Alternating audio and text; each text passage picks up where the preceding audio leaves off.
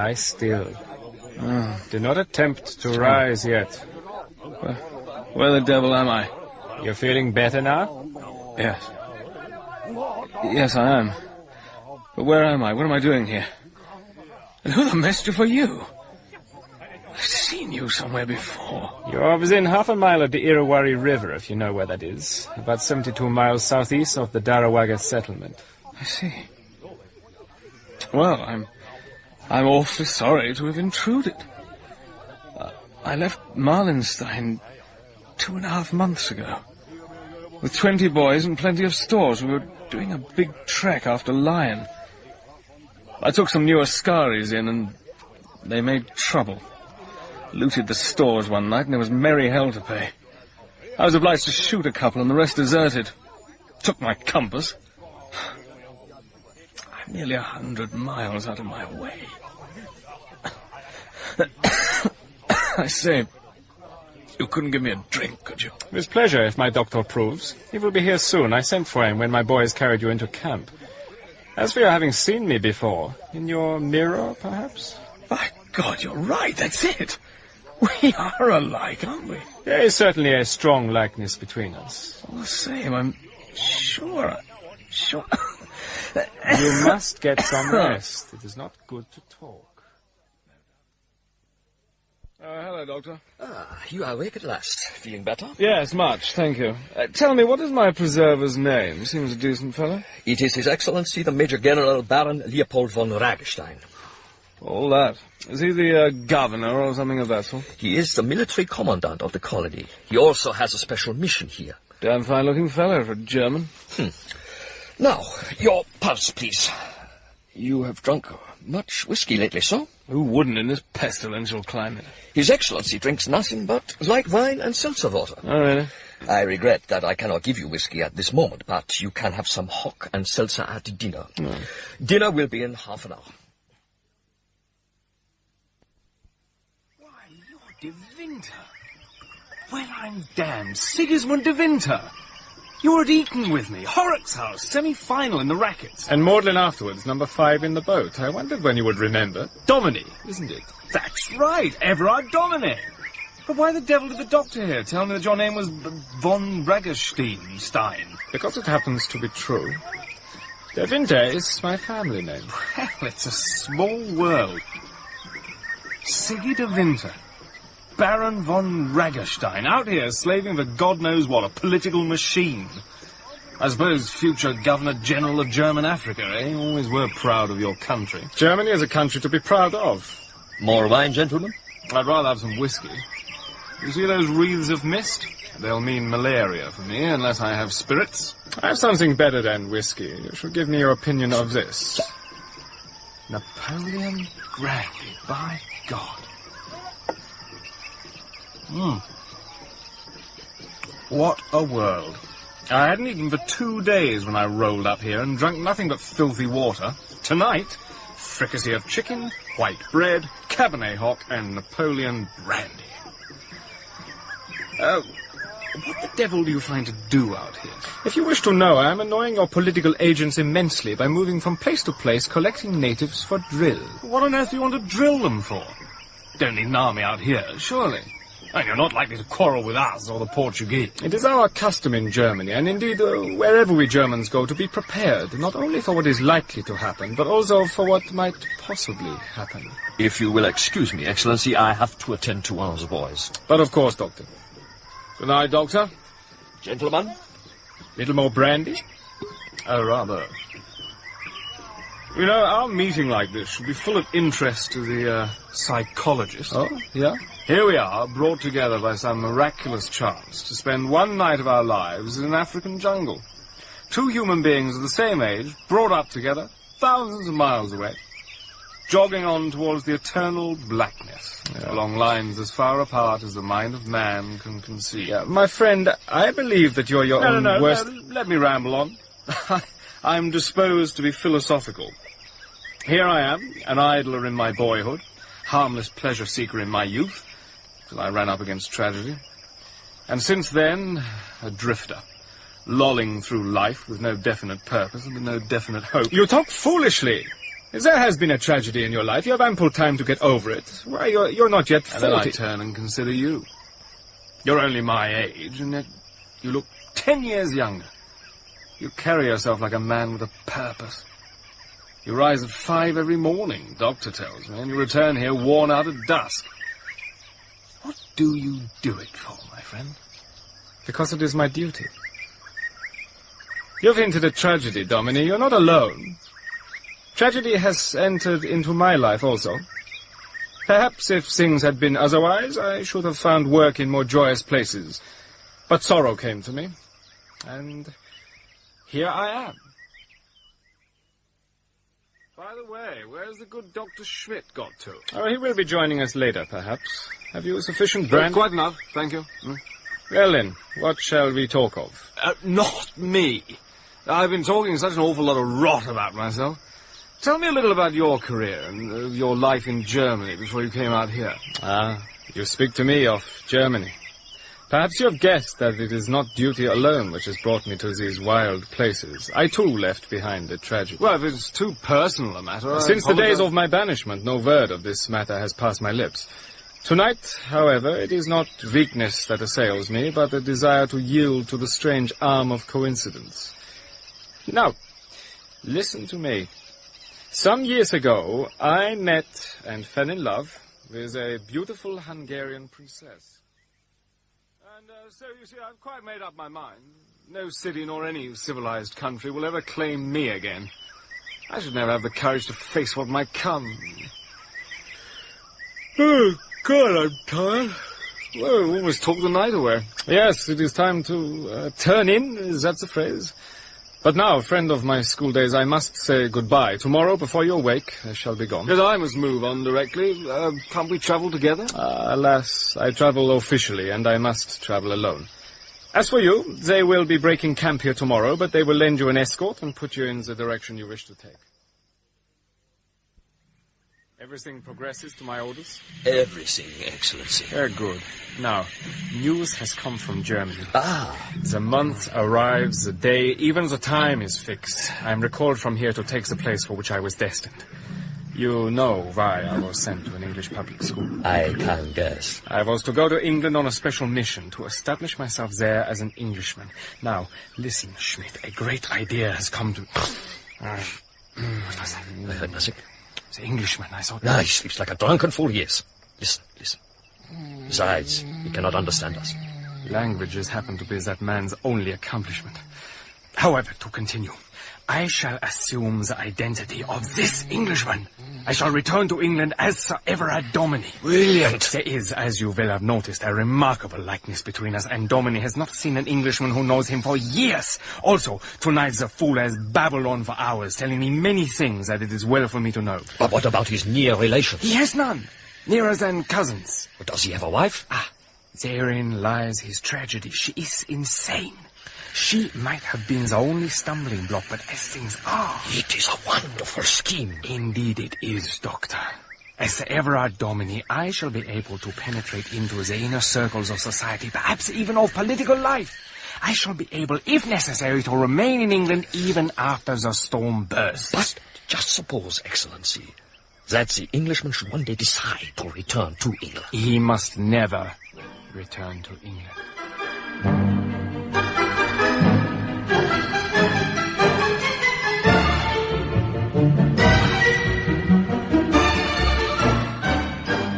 Doctor, and thank you for everything. It is nothing. But remember my advice. No spirits. They are not good for you. Yes, I'll do my best to remember. At least until the next spring. You English, you are mad. Well, goodbye to you, my friend. Goodbye. And thanks again.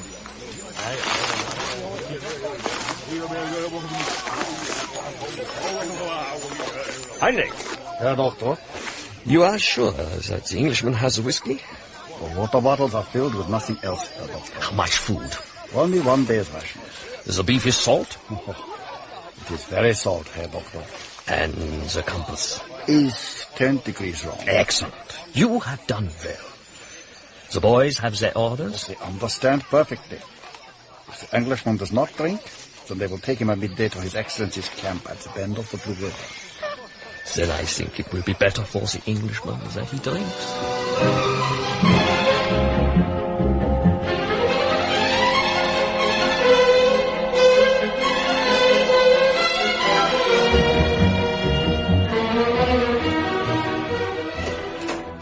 And what is it, Smathers? Gentleman to see Mr. Mangan. Sent in his card. Good God. Sir Everard Dominey. Back in England. And penniless, I bet, Bar. What shall I tell the gentleman, sir? Oh, show him in. I shall have to see him sooner or later. I may as well get it over with. Yes, sir. My dear Sir Everard, this is a most unexpected pleasure, most unexpected. Such a pity, too, that we only posted a draft for your allowance a few days ago. But if you'll forgive me for saying so, how well you look. Africa obviously agrees with you. Do sit down, please. Thank you. Yes, Africa is a wonderful country, Mangan. It certainly seems to have done wonderful things for you. Let me see now. It must be at least 11 years since we met. Exactly 11 years. I left England in April 1902. I was just wondering, I suppose that last remittance we sent you could be stopped. I've no doubt you'll be glad of a little ready money. Thank you, but I don't need any just at the moment. Really? But we'll talk about financial matters later. Will you, be remaining in England for long, Sir Everard? Well, I've finished with Africa for good, Mangan. Whether I decide to remain in England rather depends on what you have to tell me. I think that you may make yourself quite easy as regards the matter of Roger Marston. Nothing has been heard of him since the day you left England. Then his body has not been found? Nor any trace of it. And Lady Dominic? Her ladyship's condition is, I believe, unchanged. Well, if the circumstances are favourable, I think it's very likely that I may decide to settle down at Domini Hall. Oh, I'm afraid you'll be very disappointed with the condition of the estate, Sir Everard. We did write to you, but... By the way, when did you receive my last letter? Your last letter? Why, we've not had the privilege of hearing from you for over 4 years. Indeed, the only intimation that your payments ever reached you was the exceedingly prompt debit of the South African Bank. Yes, I've certainly been very remiss. On the other hand, I've been very much absorbed. It will no doubt come as a great surprise to you to hear that I have been making a vast amount of money. Making money? You? Oh, forgive me, but Yes, I thought you'd be surprised. However, that's neither here nor there. The business object of my visit to you this morning is to ask you to make arrangements as quickly as possible for paying off the mortgage on the Domini estates. Great Scott. I've had 3 or 4 years' good luck. I have made money in gold mines and in land. My heartiest congratulations. You are the first Domini I ever knew who has ever made money. Well, if you inquire at the United Bank of Africa, you will find that I have a credit balance there of something over £100,000. Then I've also, well, let's say a trifle more invested in first-class mines. Good. Do me the favour of lunching with me at the Carlton, Mangan, and I will tell you something of my speculations. I should be delighted. Lady Domini's condition is unchanged, I think you said. Physically, she is in excellent health. Mentally, I believe that there is no change. She has, unfortunately, the same rather violent prejudice which I am afraid influenced your departure from England. In plain words, she has sworn to take my life if ever I sleep under the same roof. She will need to be strictly watched, I'm afraid. So, she still regards me as the murderer of Roger Marston. I'm afraid she does. And I suppose everyone else has the same idea. The mystery has never been cleared up. It is well known, you see, that you fought in the Black Wood, and Roger Marston has never been seen from that day to this. But if I killed him, why was his body never found? There are all sorts of theories, of course. But there is one particular suspicion you may as well be prepared for. There is scarcely a man or woman for miles around Domini who does not believe that the ghost of Roger Marston still haunts the Black Wood. Let's be quite clear about this, Mangan. If the body should ever be found, am I liable after all these years to be indicted for manslaughter? I think you may make your mind quite at ease on that score. In the first place, I don't think you would ever be indicted. And in the second?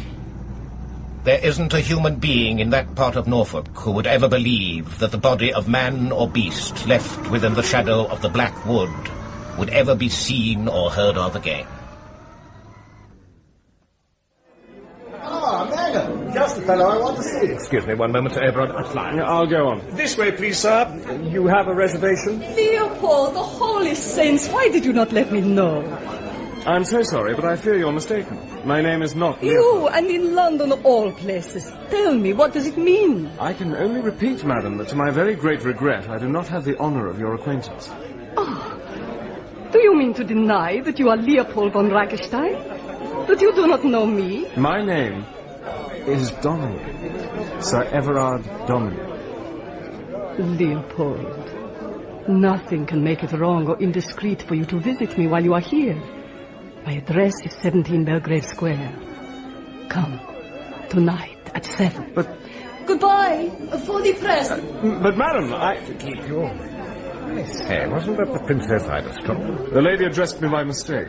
She mistook me for a chap I used to know at Oxford. Princess is quite a famous personage. Her husband was killed in a duel, I believe. If we might order luncheon. Oh, of course. I do apologize. Everard, what sort of terms are we on with the Germans out in East Africa? Oh, excellent, I should think.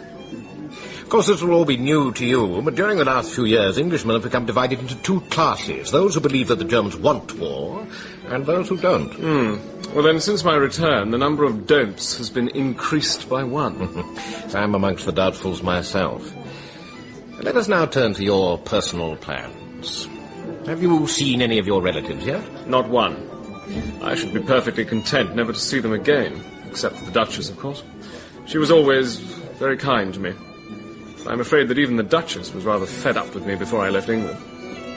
What are you staring at? The Duchess herself, behind you, lunching with Lord St. Then this place must certainly be the rendezvous of all the world, for here is yet another old friend. Seaman, my friend, welcome! Sir Everard! Let me introduce you to my friend and legal advisor, Mr. Mangan, Mr. Seaman. How do you do? How do you do? Well, this is a day of surprises. Within the space of an hour, I find a princess who desires to claim my acquaintance, a cousin who lunches only a few tables away, and an old friend of my African days. But do join us, Seaman. A glass of wine, perhaps. Thank you. Waiter, a glass, please. Come. So, you knew Sir Everard in Africa, Mr. Seaman. Aye, we did business together. A great deal of business. And when we were not partners, Sir Everard generally got the best of it. Extraordinary. Luck generally comes to a man either early or late in life. My luck came late. I sometimes think that you must have been my lucky mascot, Seaman. Tell me, are you planning to return to Africa, Mr. Seaman? Oh, no. Now I have retired from money-making, and I intend to take up again my real life's work. If you're going to talk about your hobby, you'd better order them to serve your lunch here. I had finished my lunch before you came in. Oh, do tell me about this hobby of yours. I protest. Just one word. So, this must be clear to you, Mr. Mangan. I'm a German by birth, naturalized in England for the sake of my business. Now, I have watched the growth of commercial rivalries and jealousies between the two nations. Well, now, my aim is to encourage a league for the promotion of more cordial social and business relations between the people of Great Britain and the people of the German Empire. I compliment you most heartily on your scheme. But it's getting late, and I have taken up too much of your time, although I have an appointment, if you will excuse me. Yes, of course. I wish you good luck with your hobby. I thank you, gentlemen. No doubt we shall meet again soon. You may depend upon it, Sir Everard. Oh, then why not tonight? Shall we say 8:30 in the lobby? I will look forward to our meeting. A solid businessman, I should think. Apart from that damned hobby of his. All the same, I shall have to develop some new interest myself. Now that I'm back, I can't fancy myself doing nothing down in Norfolk all the rest of my days. Perhaps I shall go into Parliament. Parliament? Well, I never knew 10 years make such a difference in a man in my life. The colonies are a kill or cure sort of business. Either you take your drubbing and come out a stronger man, or you go under. Good afternoon, Mr. Mang. I hope you are finding the time to look after those troublesome tenants of mine. We shall make our report in due course, Your Grace. Will you permit me to bring back to your memory a relative of yours who has only just returned from abroad? Sir Everard Domine. Caroline? Everard Domine? Everard? Oh, ridiculous. I can assure Your Grace that there is no doubt whatever about Sir Everard's identity. I simply cannot bring myself to believe it. Come, I will challenge you. When did we last meet? At Worcester House. I came to say goodbye to you. You came to say goodbye, and... Am I to take this as a challenge? As you will. You were a little kinder to me then than you are today. You gave me this picture. See, I have it in my pocketbook still. For heaven's sake, put it away. And not another word. There's Lord St. Omar within earshot. Come and see me at 3 this afternoon. And don't be a minute late. And now I must go. I'm half an hour late for my dressmaker already. You're great. I'm told 3, Caroline. Sir Everard, God bless you. If ever a woman got what she deserved. I've seen a duchess blush for the first time in my life.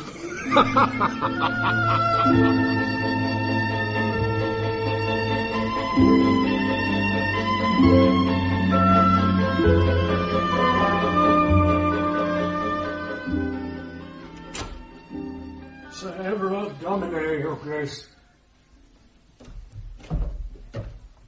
Everard, come here and let me look at you. There's something wrong about you, you know. Oh, that seems very unfortunate, when I return to find you wholly unchanged. Not bad. All the same, I have changed. I'm not in the least in love with you any longer. Ah, it was the fear of that change in you which kept me for so long in the farthest corners of the world. How you are going to live over here, I cannot imagine. But it isn't the least use expecting Henry to do a thing for you.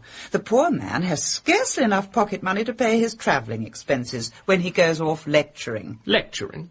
On national defence. Dear Henry always was a little cranky, wasn't he? Let me put your mind at rest, Caroline. I can assure you that I have come back to England not to borrow money, but to spend it. And you mean to tell me that you really are Everard Domine? Yes. Caroline. My dear Everard, Henry is in the next room. Besides... Yes. I suppose you must be Everard Domine. Just now there was something in your eyes, exactly like his. But you are so straight, so upright. One spends half one's time in the saddle in Africa. And you are really well off. Really? Oh, it's too wonderful. Henry will love having his money back. And you? Oh, you won't want an old woman like me. You'll have the town at your feet. You'll be able to flirt with... Oh, I am so sorry. I forgot. Forgot? Forgot the tragedy which drove you abroad. Forgot your marriage. Is there any change in your wife's condition? Not much, I'm afraid. Oh. When will you come to dine here and meet all your relatives? Whenever you're kind enough to ask me. I thought of going down to Domini Hall tomorrow. But your wife... She's there, I believe. I cannot help that. I've been in exile from my home long enough. Do not go. Just think you have your future and your career to consider. My dear Caroline... Oh, you must forgive me. I didn't know you were engaged. We'll not stay, but I should just like to present a young friend of mine to you who's going to help me at the meeting this evening. Do bring him in, Henry, my dear. Henry. And I have a surprise for you, too. See who is here. Well, there is something exceedingly familiar about your face, sir. But this is Everard Domine, returned from foreign exile in Africa and regenerated in every sense of the word. I hope that you haven't quite forgotten me, Henry. Oh, bless my soul. You don't mean to stand there and tell me that you really are Domine? Beyond a doubt. Quite amazing, quite amazing. Delighted to meet you again, Domine. You'll be more delighted still when you hear the rest of the news. In the meantime, do present your friend. Oh, my dear Bartram, do forgive me. Let me present you to the Duchess. Captain Bartram has just returned from Germany, my dear. Oh, how do you do, Captain? Your Grace. Delighted to meet you, Bartram. How do you do? Do you, too, believe that Germany has evil designs upon us, Captain? Indeed I do. How long were you in Germany, Captain? 12 months. I went there with an open mind. I have come back convinced that we shall be at war with Germany within a year. Absolutely. Our friend here is quite right. For months I've been trying to drum that fact into the handful of wooden-headed Englishmen who've deigned to come to our meetings. Well, you're just back from Africa, Domine. Did you see anything of the Germans out there? Oh, yes, indeed. Ah, then you may be of some service to us, I'm bound to confess all my efforts have been directed to making money. For that reason, perhaps my observation may have been at fault. I shall claim the privilege of coming to one of your meetings and of trying to understand the question. My dear fellow, forgive my remarking it, but I find you more changed than I could have believed possible. Oh, Everard is changed in more ways than one. But now I'm afraid I must take my leave. I have an appointment. I look forward to seeing you again, Henry. There is a little matter of business to be adjusted between us. Caroline, Captain Bartram.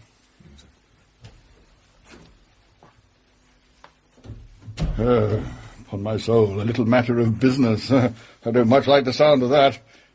I hope you explained to Everard, my dear, that it's absolutely hopeless for him to look to me for any financial assistance just at present. Oh, Henry, Everard was alluding to the money he already owes you. He intends to repay it at once. Everard? Pay his debts? Impossible. It's quite true. Then if you ask me, there is something very wrong about it somewhere. Something very wrong indeed.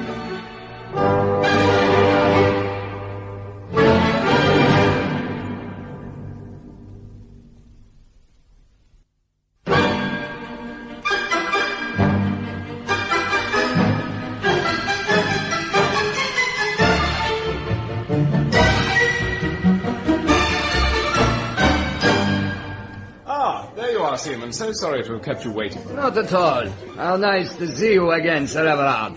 Shall we go into the lounge? It is quieter there. We shall not be interrupted. Excellent. Lead on.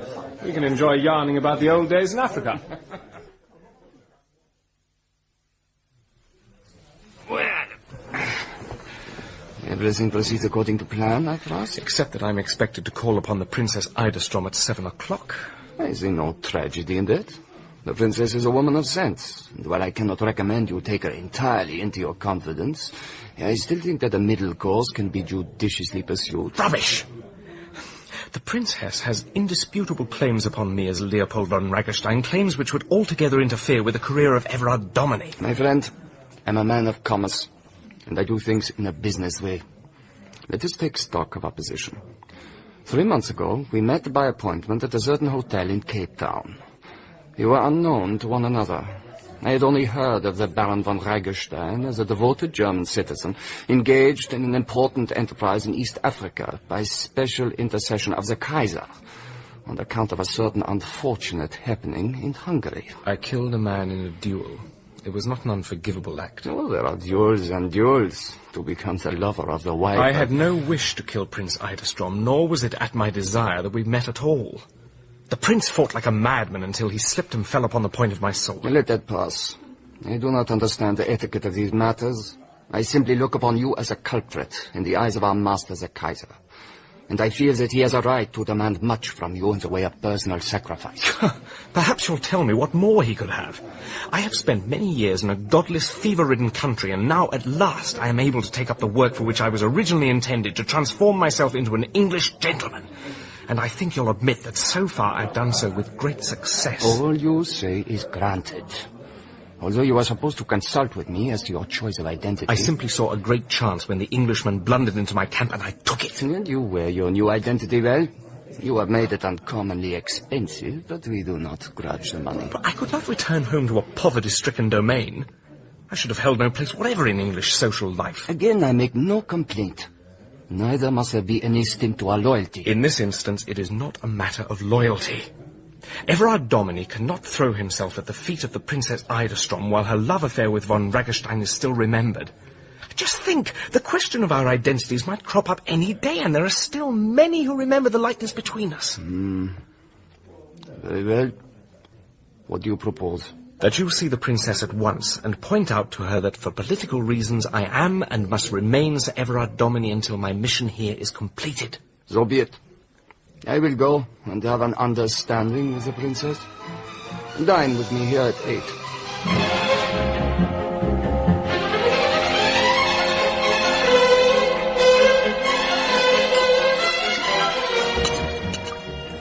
Well, what news? I have done your errand. And I confess that I found her a lady of somewhat overpowering temperament. But did she agree to behave in the princess understands the situation. She will do nothing. You and she will meet within the course of the next few hours. On reasonable terms. But, to proceed, I have decided that it is time for you to meet the person who is chiefly responsible for your presence in England. Our ambassador, Prince Ternoloff. Now, the first idea you have to get out of your head is that you are a spy. You are nothing of the sort. You are a free agent. Live yourself thoroughly into the life of Sir Everard Dominey. For the rest, will require you to concentrate wholly and entirely upon Ternoloff. Well, I expected to work with him. Empty your mind of all preconceived ideas. Your duties with regard to Prince Ternoloff will grow upon you gradually as the situation develops. Now, I have made an appointment for you to see him at 11 o'clock tonight. Tonight? At the embassy. Remember, you know nothing. You are awaiting instructions. Leave the talking to him. Be particularly careful not to drop him a hint of what is coming. Take care not to disturb him. He is a missioner of peace, and so are you. I begin to understand. You shall understand everything when the time comes for you to take a hand. And do not forget that your usefulness to our great cause will depend upon your being able to establish and maintain your position as an English gentleman. So far, all has gone well. Perfectly. Now, you must remember, though, that there is your end to keep up. Berlin will be receiving frantic messages from East Africa as to my disappearance. Not even my immediate associates were in the secret. That is all understood. Dr. Schmidt has been wasting much money sending frantic cables. Schmidt was a very faithful associate. He has been a very troublesome friend. It seems that the natives got their stories mixed up concerning the Englishman who was apparently died in the bush. However, all this has been dealt with. The only real dangers are here. Well, I have at any rate been accepted by my cousin, the Duchess of Worcester.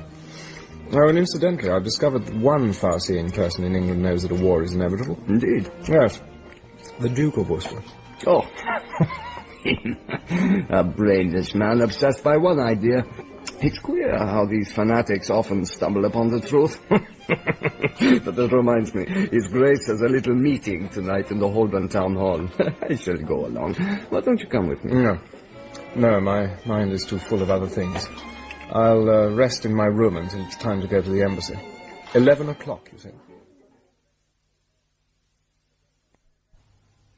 I am very glad to see you here tonight, von Reichenstein. For 5 minutes, I desire to talk to your real self. After that, and for the rest of your time in England, I will respect your new identity. Africa has changed you very little. Do you remember our previous meeting in Saxony? I remember it perfectly, Your Excellency. His Majesty knew how to keep court in those days. You know, of course, that I entirely disapprove of your present position here. I gathered as much, Your Excellency. I know quite well that you form part of a network of espionage in this country, a network which I consider entirely unnecessary. But I have no doubt that you are here with the same object as I am. That object, which the Kaiser has declared to me with his own lips, is nearest to his heart, to cement the bonds of friendship between Germany and England. And you believe, sir, that this is possible? I am convinced of it, just as I am convinced that there is not a single statesman in this country who desires a war with Germany. But there are many in our own country who look forward to a war with England as inevitable. Germany must become the greatest empire in the world. She must climb there, as one of our own friends once said, with her foot upon the neck of the British lion. You are out of date, my friend. I see now why they have sent you to me. Those days have passed. There is room in the world for both Great Britain and for Germany. The disintegration of Russia in the very near future is a certainty. So it is eastward that we must look for any great extension of territory. I see. These things have been decided. Absolutely. They form the soul of my mission here. My mandate is one of peace. And the more I see of English statesmen and the more I understand the British outlook, the more sanguine I am as to the success of my efforts. That is why all this espionage of seamen seems to me to be both unwise and unnecessary. And my own mission? Its nature is not as yet divulged. But if, as I understand it, it is to become closely connected with mine, then I am sure you will find that it also is concerned with peace. And now just one word more. The Princess Eidestrom is upstairs. Stephanie? Here? Waiting for a word with you. She insists that I present Sir Everard Dominey to her. I need scarcely point out to you, sir, that any association between the princess and myself will greatly increase the difficulties of my position here. Oh, I quite appreciate that. Both Seaman and I have endeavoured to reason with her, but as you are doubtless aware, the princess is a woman of very strong will. She is also very powerfully placed here, and it is the urgent desire of the court at Berlin to placate in every way the Hungarian nobility. You will understand that I speak from a political point of view only. I cannot ignore the fact of your unfortunate relations with the princess, but in considering the present position you will, I am sure, remember the greater interests. I shall accept your Excellency's guidance in the matter. Very well, then.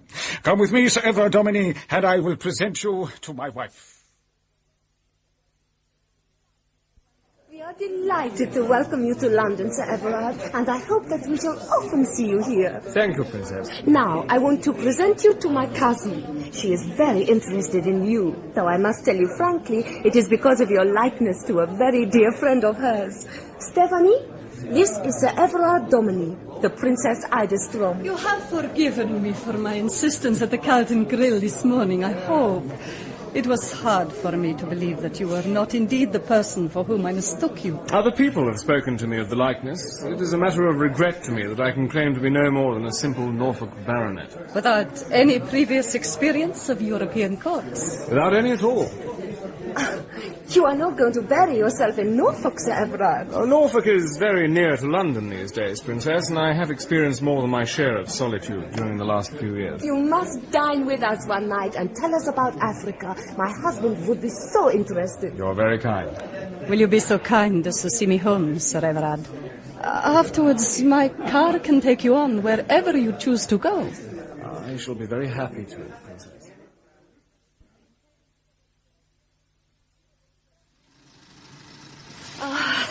At last!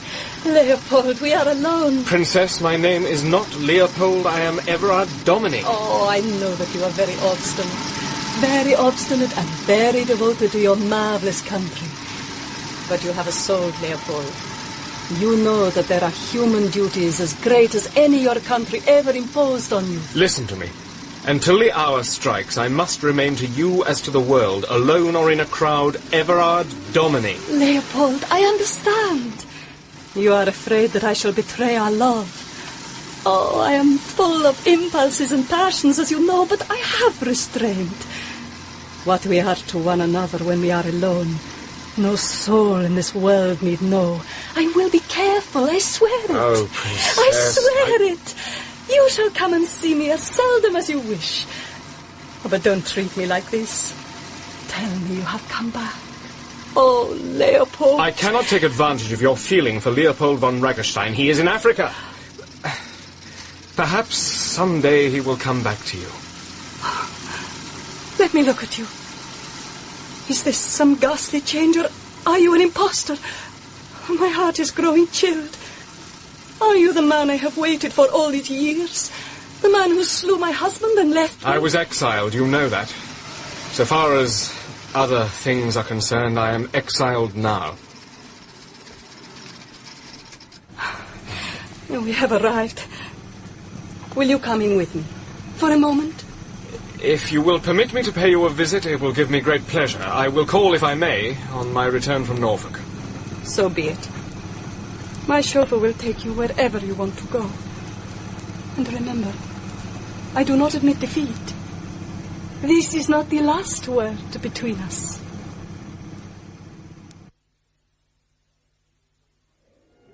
Seaman, I have discovered the greatest danger I shall have to face during my entire enterprise. Shh, be careful. Now, what is this danger? The Princess Idestrom. Really? You surprise me. I have considered the matter. I cannot see any great difficulty. Then you're wholly ignorant of the princess's temperament and disposition. Stephanie Idestrom is Hungarian, born and bred. You don't seriously suppose that after all these years, after all she's suffered, she's going to be contented with an emasculated form of friendship? She's made it very plain tonight that she's going to be content with nothing of the sort. What takes place between you in private? Rubbish! The princess is an impulsive, passionate, distinctly primitive woman with a good deal of the wild animal in her still. Plots or political necessities are not likely to count a snap of the fingers with her. But surely she must understand that your country has claimed you for a great work. She is not German. On the contrary, like a great many Hungarians, I think she rather dislikes us.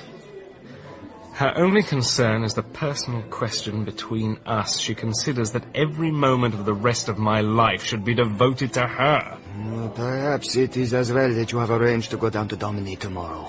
Don't worry, I will think out a scheme. Something must be done to pacify her.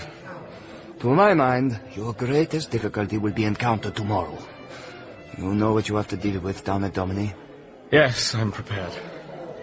You remember that when we talked over your plans at Cape Town, you showed me a picture of... Of Lady Domini?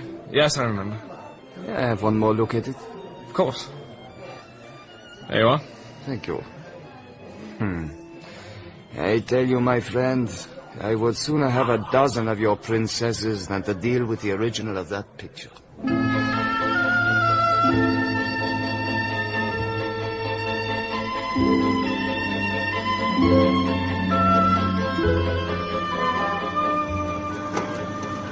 It's still a fine house. We've kept the old place weathertight somehow or other. I don't think you'll miss the timber much. We've taken it as far as possible from the outlying woods. Any from the Blackwood, Mangan? Not a stump. And for a very excellent reason. Not one of the woodmen would ever go near the place. The superstition remains, then? The villagers are absolutely rabid about it. There are at least a dozen who declare that they have seen the ghost of Roger Marston, and a score more who will swear by all that is holy that they've heard his call at night. The idea is that the ghost makes his way out from the Blackwood and sits on the terrace underneath Lady Domine's window. All bunkum, of course. But I can assure you that every servant and caretaker we've had there has given notice within a month. That is the sole reason why I hadn't ventured to recommend long ago that you should get rid of Mrs. Marston. So his mother is still in attendance upon Lady Domini? Simply because we couldn't get anyone else to stay there. And her ladyship positively declines to leave the hall.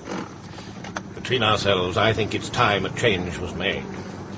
We'll have a chat about it after dinner, if you've no objection. You see, we've left most of the trees in the park. So have the old walls done, I see. That wall has been down, to my knowledge, for the past 20 years. Oh, yes. Yes, of course, I'd forgotten. You won't find many familiar faces to welcome you home, I'm afraid. Just old Middleton, the keeper, and Lovibond, the gardener. No one at all indoors, except Mrs. Marston. All the present staff are new importations. Well, here we are.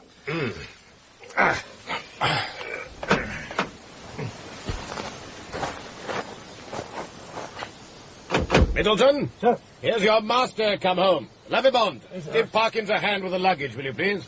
Good day, Middleton. I'm right glad to see you home, Squire. You've not changed much, Lovibond. Thank you, Squire. I can't say the same for you, sir. Them foreign powers has filled you out and hadn't you? I'll take the liberty of saying that I should never have recognised you, and that's a fact. This is Parkins, your butler, recently engaged in London. Sir. There is no place in this house for you, Everard Dominic. Mrs. Marston. I wrote last night to stop you, but you've shown indecent haste in coming. There's no place here for a murderer. Get back where you came from. My good woman, this is really too much. I've not come to bandy words with lawyers. I've come to speak to him. Can you face me, Everard Domini, who murdered my son and made a madwoman of your wife? Mrs. Marston, return to your duties at once. And understand that this house is mine to enter or leave when I choose. The house may be yours, but there's a part of it at least in which you won't dare show yourself. You forget yourself, Mrs. Marston. Be so good as to return to your mistress this minute. Announce my arrival and say that I wait only for her permission before presenting myself in her apartments. Everard! Those are brave words. You've come back a harder man. Let me look at you.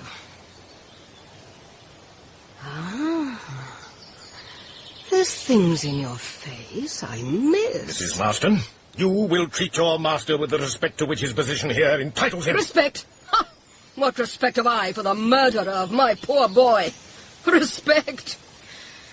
Well, if he stays here against my bidding, maybe her ladyship will show him what respect means.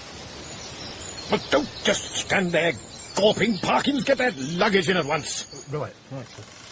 My dear Sir Everard, I am most distressed that this should have occurred. I thought Mrs. Marston would probably be sullen, but I had no idea that she would dare to attempt such an outrage. She is still the only companion whom Lady Dominy will tolerate. I fear so. Nevertheless, we must see Dr. Harrison in the morning. But it must be understood that if Mrs. Marston is suffered to remain, she adopts an entirely different attitude. I shall pay her a visit myself after dinner. Well, let's go in, shall we? Lead on, Mangan.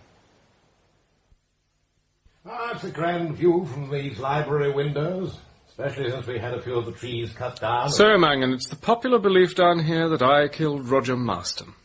Well, the popular belief seems to march fairly well with the facts. At the time of your unfortunate visit to the Hall, Miss Felbrigg was living practically alone at the vicarage following her uncle's death, with Mrs. Marston as housekeeper. Roger Marston's infatuation for her was known throughout the neighbourhood, and a source of great annoyance to Miss Felbrigg herself. I'm convinced that at no time did she ever give him the slightest encouragement. Has anyone ever suggested the contrary? Not a soul. Nevertheless, when you came down, fell in love with Miss Felbrigg and married her, everyone felt there would be trouble. Marston was a lunatic. We met at the north end of the Black Wood one evening, and he attacked me like a madman. When I got back to the Hall, my arm was broken, I was covered with blood and only half conscious. By some cruel stroke of fortune, almost the first person I saw was Lady Dominy. The shock was too much for her. From that moment, she developed a homicidal mania against me. That was what drove me out of the country, not the fear of being arrested for having caused the death of Roger Marston. I just took trial for that any time. It was absolute self-defence. As a matter of fact, you were perfectly safe from arrest. The body of Roger Marston has never been found from that day to this. Then I suppose it was the disappearance of the body which has given rise to all this talk about his spirit inhabiting the Black Wood. Without a doubt. Well, after dinner, I will tell you a few African superstitions which will make this one seem positively anemic. I'm very glad you came down here with me, Mangan. I find it very difficult to get back into the atmosphere of those days. I even find it hard sometimes to believe that I'm the same man. Not so hard as I have done. More than once. Tell me in what respects you consider me changed. Well, you seem to have lost a certain pliability, or perhaps I ought to call it a looseness of disposition. But there are other things. Well, for a trifling instance, you don't drink port like any Domine I ever knew. I'm afraid I'm not very fond of port. Not fond of port?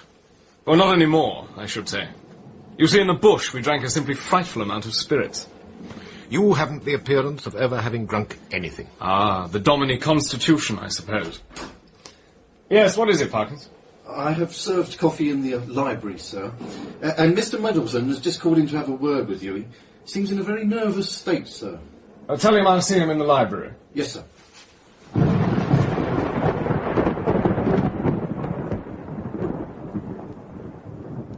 Well, what is it, Middleton? Bad night for you to be out? Save it being a worse one that I'm here, Squire. I've come to ask you a favour and then to beg you to grant it for your own sake. You'll not sleep in the Oak Room tonight. Why not? It's next to her ladyship's. And, well, Squire, that's to say Say exactly what you wish to, Middleton. I can't get rightly into touch with you, Squire, and that's a fact. The shape of you seems larger and your voice harder. I've had a rough time, Middleton. Never mind. Speak to me just man to man. It was I who first met you, Squire, when you tottered home that night across the park with the blood streaming down your face. I heard her ladyship go into hysterics. I saw her laugh and sob like a maniac, and God help us, that's what she's been ever since. I was by your side, Squire, when her ladyship caught up the knife and ran at you, and as you well know, it was I, seizing her from behind, that saved a double tragedy that night. And it was me who went for the doctor the next morning when she'd stolen into your room that night and missed your throat by a bare inch. I heard her call to you. Heard her threat. It was a mad woman's threat, Squire. But her ladyship is a mad woman at this moment, and with a knife in her hand, you'll never be safe in this house, Squire. Then we must see to it that she's not allowed a knife. Oh, I make sure of that with old Mother Marston by her side. Her ladyship's mad because of the horror that night. But Mother Marston is mad with hate, and there isn't a week passes that Roger Marston's spirit doesn't howl for your blood beneath her window. Well, it's very good of you to warn me, Middleton, but I can lock my door, can't I? Lock the door of the Oak Room? What good will that do? You know well enough that the house is riddled with secret passages. The oak room's not for you this night, Squire. Why, it's hoping to get you there that's keeping them quiet. Tell us what you meant when you spoke of the howling of Roger Marston's spirit. Just that, sir. It's round the house most weeks. A howl, you call it? Aye. Like a dog once heard itself, with a touch of human in its throat. Well, I'm obliged to you for your kind warning, but now, if you will excuse us, we have urgent business to discuss. Yes, Squire, of course. But you'll not sleep in the oak room tonight. I'll remember. And thank you. Then I'll bid you good night, gentlemen. You made me feel positively uncomfortable. I noticed it. Well, I'm not going to pretend that it was a pleasant conversation myself. Where will you sleep tonight? There's obviously only one place. I can't disappoint anyone. I shall sleep in the oak room, of course.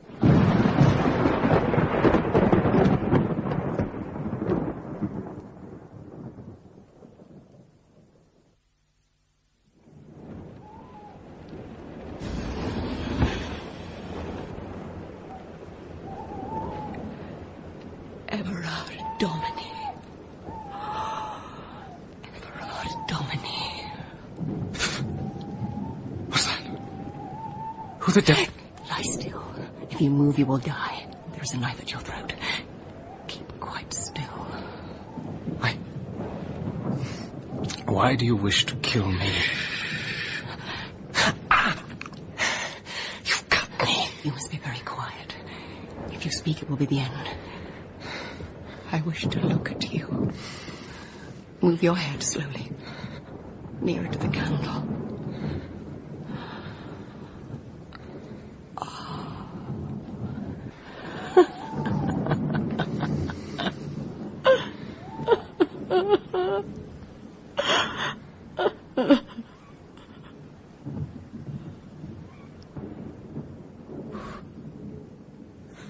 What the devil?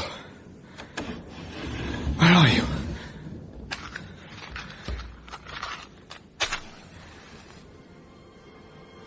Oh my God. She's disappeared.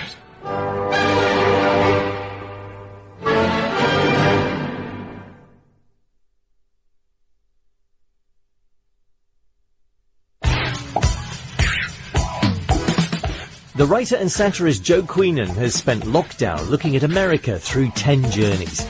He's tracing adventures from the Pilgrim Fathers in 1620 to the first men on the moon in 1969. It includes the trip made by the man who claimed Louisiana in 1682. Louisiana was not an acquisition that impressed Louis XIV, after whom it had been named. And so for a while it was taken over by the Spanish.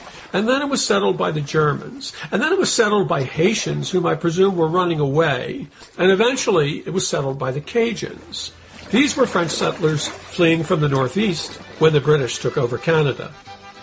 That area had been called Acadia.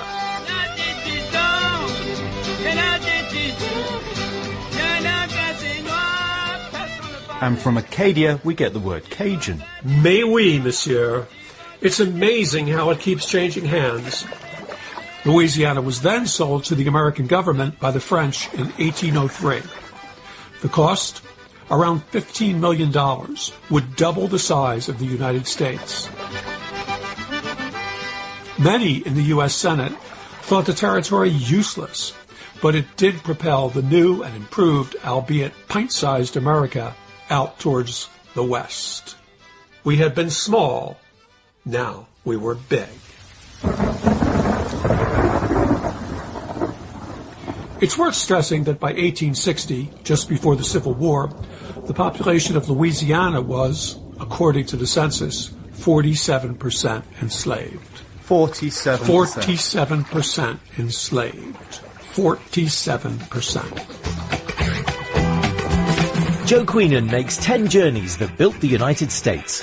They take in the forced relocation of Native Americans by President Andrew Jackson. That's the same Andrew Jackson whose statue was nearly pulled down in Washington in June. Plus the crossing of the Bering Strait and the movement of African Americans up to Chicago and Detroit from the south.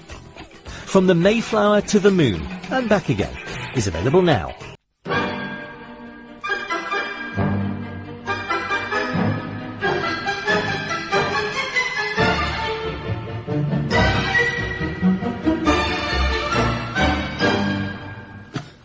Oh, good morning, Sir Everard. I trust you slept well. Oh, morning, Parkins. Yes, thank you. Find out where the nearest bathroom is and prepare it, will you? I've quite forgotten my way about the house. Very good, sir. Oh, have you hurt yourself? Oh, it's nothing. Slight accident, that's all. Were there any ghost alarms last night? None that I heard of, sir. Though I'm afraid that we should have difficulty in keeping the young women from London if they heard what I heard on the night of my arrival. Very terrible, was it? Those cries were the most terrible I ever heard, sir. Well, we shall just have to look into the matter.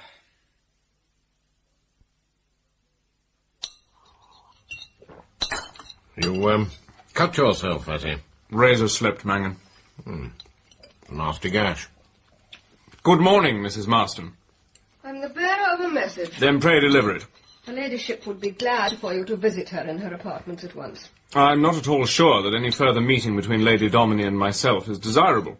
Her ladyship desires me to assure you that you need be under no apprehension. Her ladyship is very considerate.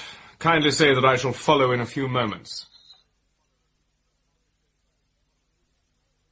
So, you have come to see me, Everard. You are very brave.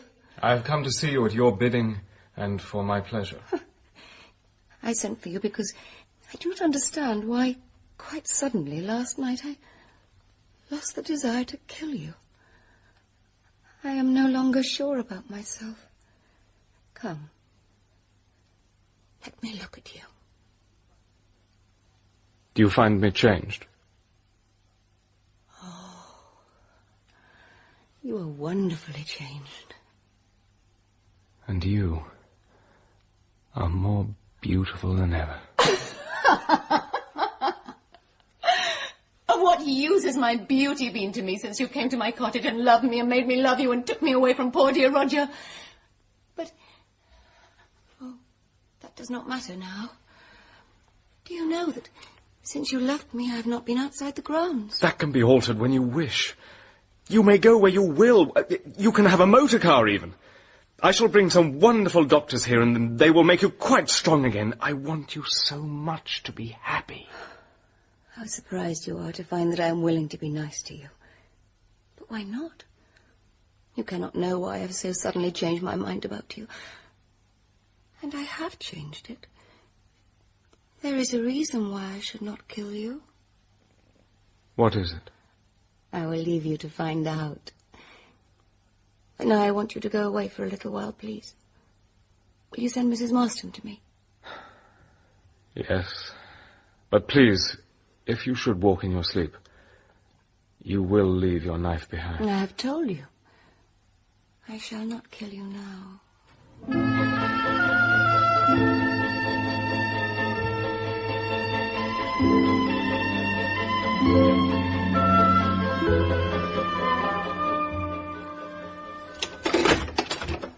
Good afternoon. I've come to see Dr. Harrison. Mr. Harrison retired from practice some years ago. I'm his nephew. My name is Stillwell. How do you do? My name is Dominy. I guessed as much, Sir Everard. My uncle lives here with me, and to tell you the truth, he was rather hoping that you'd come and see him. Well, Dominy, I should certainly never have recognized you. Arthur, isn't it time for you to start your rounds? Yes, of course. I'm late already. If you'll excuse me, nice to meet you. I'm off. I still find it very hard to believe that you really are Dominy. I'm afraid you'll have to accept me as a fact, nevertheless. I was told that you'd become a broken-down drunkard. The world is full of liars who appear to have met with one. You certainly don't have the appearance of a man used to excess of any sort. Good old stock, ours. Plenty of two-bottle men behind my generation. Yes, you've also gained courage since the days you fled from England. Did you sleep at the Hall last night? Where else? I also occupied my own bedchamber, as you can see by this slight gash on my throat. That's just your luck. You'd no right to have gone there without seeing me first. You seem rather a martinet as regards my domestic affairs. That's because I know your history. You were never my friend, Doctor. Let me suggest that we conduct this conversation on a purely professional basis. I was never your friend, because I have known you always as a selfish brute. Because you were married to the sweetest woman on God's earth, gave up none of your bad habits, frightened her into insanity by reeling home with another man's blood on your hands, and then stayed away for years, instead of making an effort to repair the mischief you had done. This is history dished up in a somewhat partial fashion. This is my house, and you came to see me. I shall say exactly what I like to you, and if you don't like it, you can get out. If it wasn't for Lady Dominie's sake, you shouldn't have passed this threshold. Then for her sake, can't you forget how much you dislike me? I am here with only one object. I want you to point out to me any way in which we can work together for the improvement of my wife's health. Oh, my help isn't worth a snap of the fingers. I have done all I can for her. Is it any use my sending for specialists? Oh, just at present, none at all. What about dealing with that horrible woman, Mrs. Marston? Part of your task, if you're really going to take it up. She stands between your wife and the sunlight. Then why have you suffered her to remain there all these years? For one thing, because there has been no one to replace her. And for another, because Lady Dominie, believing that you killed Roger Marston, had some fantastic idea of giving her a home and shelter. You think, then, that there is no affection between them? Oh, not a scrap. Except that Lady Dominie is of so sweet and gentle a nature. Miss Gash would seem to give that's a different matter. That's just where the weak spot in her brain remains. If you ask me, I believe it is pandered to by Mrs. Marston. If you have got back your courage, send Mrs. Marston away. Sleep with your doors wide open. If a single night passes without Lady Dominie coming to your room with a knife in her hand, then she will be cured in time of that mania at any rate. Dare you do that?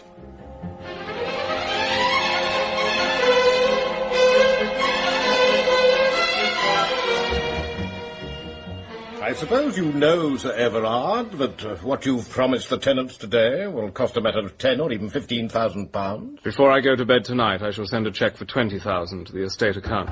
Yes? Excuse me, sir. There is a gentleman to see you, a Mr. Otto Seaman. Seaman? Show him in at once, please, Parkins. Isn't that the fellow we met at the Carlton Grill, your friend from Africa? Yes. My dear fellow, come in, come in. Good evening. I found myself in Norfolk, Sir Everard, and I couldn't resist dropping in. If it is in any way inconvenient... Thank you, Parkins. Inconvenient? No, of course not. You must stay the night. Oh, but... No, there are scores of rooms ready. You remember Mangan? How nice to see you again. The dressing gong already. If you will excuse me... Yes, of course. We will follow shortly. I'll have you shown to your room, Seaman. When is that fellow going? 9 o'clock tomorrow morning. Not a word until then. I must not seem to be hanging about you too much. I really did not want to come, but the matter is urgent.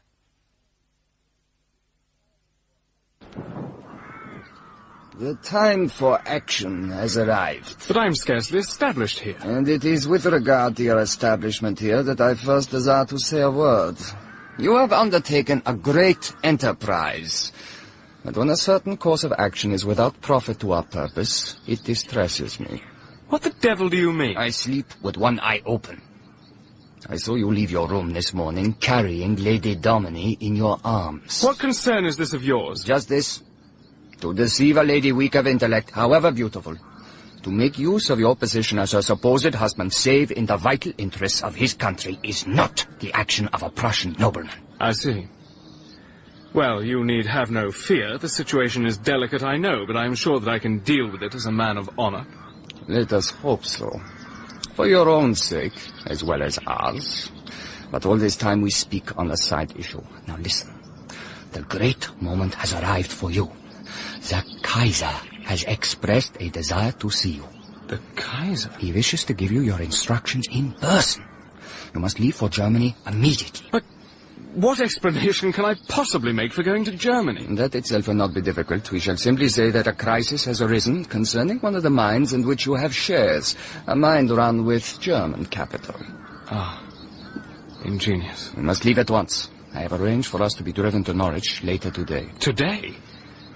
Oh, very well, then. Let us return to the house at once. There is something of great importance that I must do before we set out.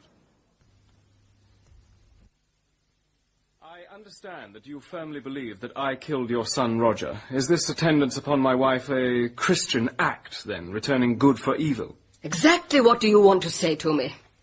I wish to say this, that I am determined to bring about her full recovery. For that reason, I am going to bring specialists to see her. And above all, I intend to get her away from here, at least for a time. My own feeling is that she will stand a much better chance of recovery without your attendance. Yes. You would dare to send me away? That is my intention. But I can't leave here. I must stay. Must why? Lady Domine can't do without me. That is for her to decide. Personally, I believe that you have encouraged her in the ridiculous superstition about the ghost of your son, and I also believe that you have kept alive in her that unreasonable spirit of hatred which she has felt towards me. Unreasonable, you call it? You, who come home to her with blood on your hands. Blood of the man she might one day have come to love. I've finished what I had to say to you. I am compelled to leave here for 2 or 3 days. In the meantime, I have written to Dr. Harrison, asking him to keep Lady Domine under his personal observation until I return. You may go now. You're not very fond of Mrs. Marston. I don't think so. I think I am very much afraid of her. But it is no use. She will never go away. When I return, we shall see. Oh, I am so sorry that you are going. Will you come back soon? I shall be back in 3 days.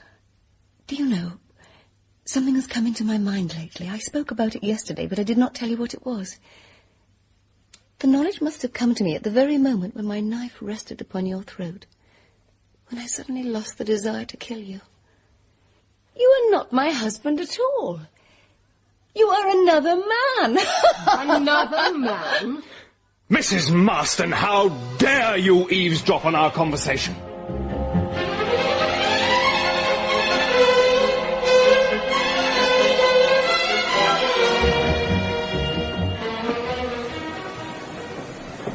Your homecoming seems to depress you, von Raggestein. It was not my intention to set foot in Germany for many years. The past still bites, then. Always.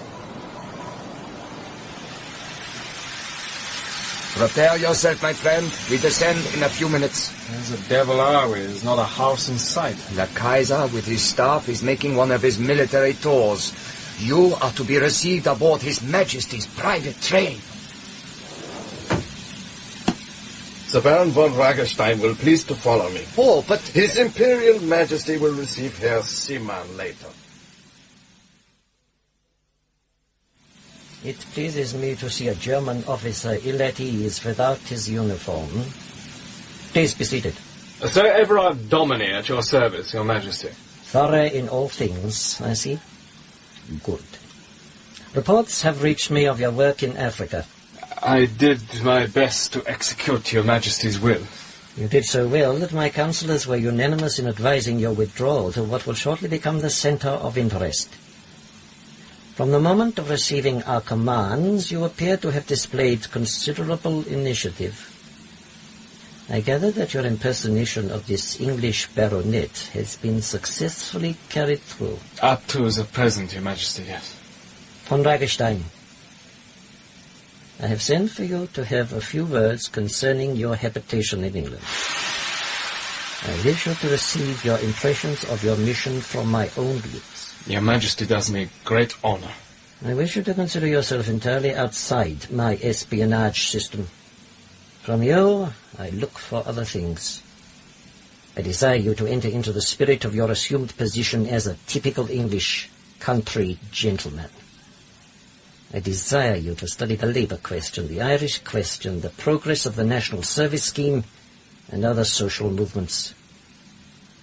These things are all on the fringe of your real mission, which is, as you know, to seek the friendship If possible, the intimacy of Prince Turnilov. The prince has already received me graciously. Turnilov is the dove of peace. He carries the sprig of olive in his mouth. My statesman would have sent an ambassador with sterner qualities to London, but I preferred not. Turnilov is the man to gull fools because he is a fool himself. He is a fit ambassador for a country which does not have wit to arm itself on land as well as by sea. The British appear to put great trust in their navy, Your Majesty. Fools! Of what use will their navy be when I hold the towns of Calais and Boulogne, when my cannon command the Straits of Dover? In some months' time you will understand why you have been enjoined to become the friend and companion of Turnilov. You'll understand your mission a little more clearly than you do now. Its exact nature waits upon developments. You can at all times trust seamen. I understand, Your Majesty. Von Ragenstein, my decree of banishment against you is a just one. You betrayed the wife of one of the most influential noblemen of a state allied to my own, and then in the duel that followed, you killed him. It was an accident. Then the accident should have happened the other way. It was your life that was forfeit, not his. Still, they tell me that your work in Africa was well done. I give you this one great chance of rehabilitation. If your work in England commends itself to me, the sentence of exile shall be rescinded. Your audience is over, Baron von Ragenstein.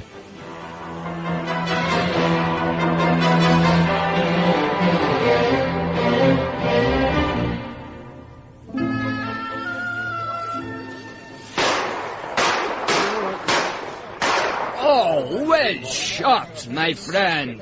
You are a miracle. You even seem to have the dominant touch for killing pheasants. I've shot much higher birds in Hungary. Oh, Her Grace the Duchess is coming. She seems to share the Duke's dislike of me, and is too great a lady to conceal her feelings. And just one word before I go. The Princess Eiderstrom arrives this afternoon. Yes, I'm not at all certain that you've told me all you know concerning the princess's visit. Perhaps you are right. I will go now. I told Henry I should not stop with him another moment. He has fired off 40 cartridges and wounded one hare. Henry is not very keen, but you are just a little hard on him. Well, perhaps. I hear that the Princess Eiderstrom is coming today. Yes, for a few days. I'm afraid she'll be bored to death. Tell me, how did you become so friendly with her? Well, the first time we ever met was in the Carlton Grill. She mistook me for someone else. Really? And then I met her later the same day at the German embassy. She's related in some way to the German ambassador, Turnilov. Oh, yes, that's another thing. How on earth did you become so friendly with the German ambassador? Well, there's nothing odd about it. Mr. Seaman... Horrid man. Mr. Seaman, who is my partner in one or two mining enterprises, took me to call upon him. I have the greatest respect and liking for Prince Turnilov. Oh, so have I. Henry declares that he must be either a fool or a knave. Yes, well, Henry is blinded by prejudice. Oh, don't get angry, my dear. I admire the Prince immensely. He is absolutely the only German I have ever met whom one felt instinctively to be a gentleman. Oh, by the way, do you know whom Stephanie mistook you for in the Carlton Grill? Do tell me. The Baron, Leopold von Ragenstein, her lover, in Hungary. We'd better walk on to the next stand. Leopold, yes, I remember now. She called me Leopold. I still don't see why it was necessary to invite her here. She may call you Leopold again. If she does, I shall be deaf. Anyway, she hates shooting parties. I thought she could entertain Prince Turnilov. Oh, bosh. She will monopolize you all the time. That's what she's coming for. You're not suggesting... Oh, I shouldn't wonder. And she is an extraordinarily attractive woman. Oh, I'm full of complaints, Everard. Oh, there's that awful little man, Seaman. You know, the very sight of him makes Henry furious. I am really sorry about that, but you see, the ambassador takes a great interest in him. Seaman is secretary of the Friendship League. Well, it is a little awkward for Henry. He hates Germans. After all, he is practically the leader of the National Service movement. But even Henry likes Turnilov. But of course he likes Turnilov, but he hates all he represents. Your guns, Sir Everard. Ah, thank you, Middleton. Now, you better stand well to the rear, Caroline. We're about to recommence. Oh, dear, all right.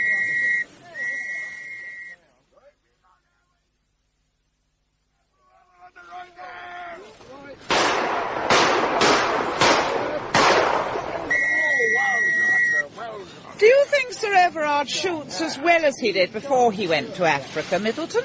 Better, Your Grace. There's another hour's good night, sir. Shall we go through the home copse, or would you like a partridge drive? First Colonel off, what do you say to a partridge drive? If I might make a suggestion, most of the pheasants went into that gloomy wood across the marsh. We call that the Blackwood, and I'm afraid that any pheasants who find their way there claim sanctuary. What do you think, Middleton? You wouldn't put the beaters in there, Squire. Not that there's one of them as would go. If we stumble against some local superstition, do tell. I doubt whether there's a beater in all Norfolk will go through Blackwood if you paid him red gold for it, Your Grace. Henry, you're an idiot. Oh, really? It was my fault, Everard. Poor Henry has no memory. I ought to have stopped him. Don't worry. I shan't require the men to beat Blackwood, Middleton.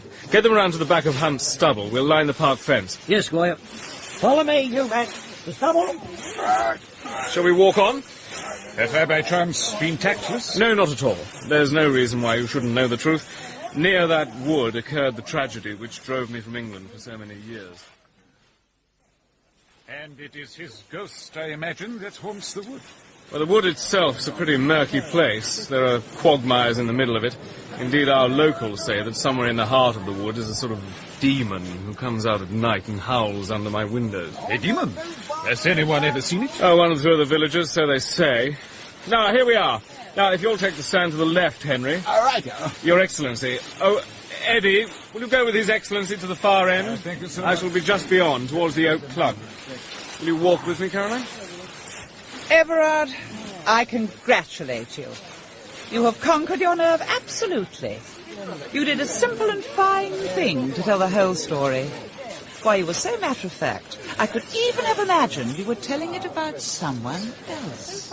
Curious it should have struck you like that. Do you know, when I was telling it, I had the same feeling.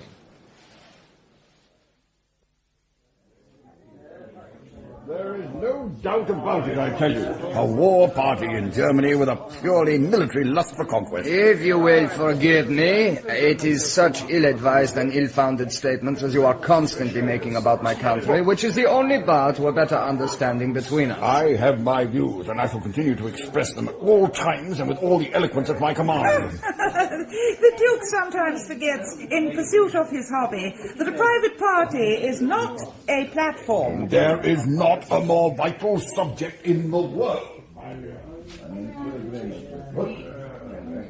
I must speak to you alone.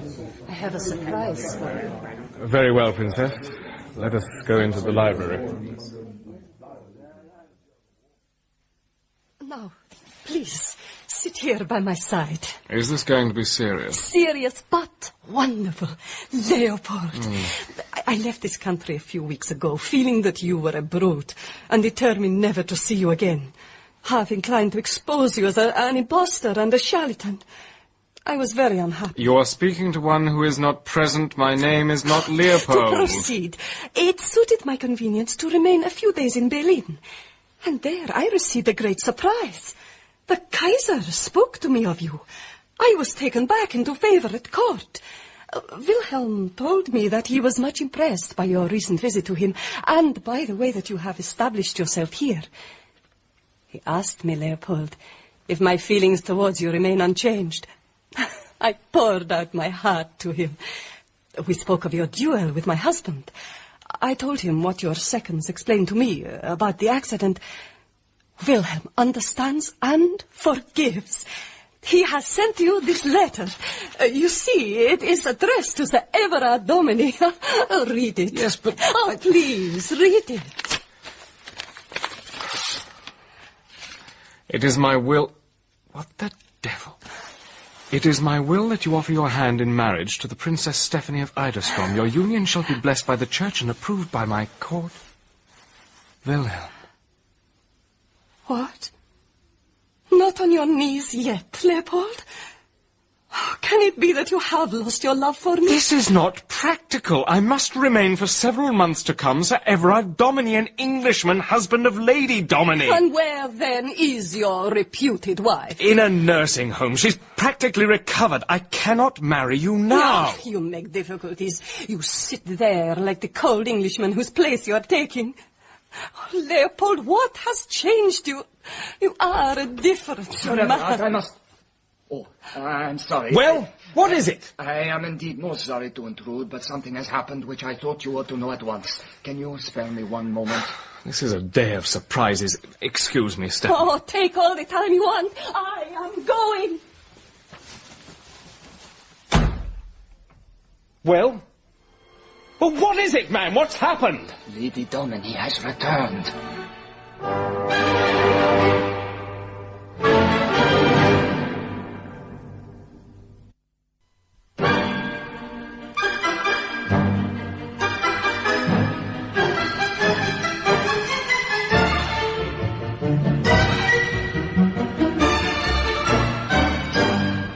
Welcome home, my dear.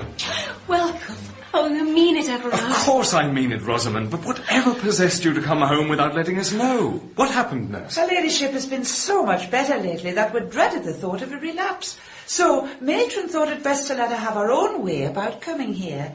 We telegraphed Dr. Harrison, who's away for the day, unfortunately. Is it very wrong of me? I had a sudden feeling that I must get back here to Domini. I wanted to see you again. The people staying here will not mind. You're not angry. Angry, of course not. I'm delighted. And as for the people, as you call them, why, they're your guests. Tomorrow you will make friends with them all. There was a very beautiful woman who passed just now. She looked very angry. Was it because I have come? Why should it be? You have a right to be here. Oh, but this is wonderful. Will you help me to my room now, please? Of course. My dear Everard, you really are a terrible person. Terrible, Caroline. Why? Your devotion to the fair sex is flattering, but far too Catholic. Your return to England appears to have done what we understood to be impossible, restored your wife's reason. A fiery-headed Hungarian princess has pursued you down here, and has now gone to her room in a tantrum because you left her to welcome your wife. And there remains our own little flirtation, alas, a discarded thing. You are a very bad lot. You distress me terribly. However, tonight you can devote some time to me with a perfectly clear conscience. Prince Terniloff has got my poor husband cornered and is trying to convince him that Germany's intentions toward England are of a particularly dove-like nature. The exquisite Eddie Pelham is playing billiards with your solicitor, and I think everyone else has gone to bed. So, you can devote yourself to soothing my wounded vanity. Why do you always mock me? Oh, not always. There was a time before that terrible tragedy when I did not mock. You were sweetness itself. Oh, it was all so different then. What about me? Am I so very different?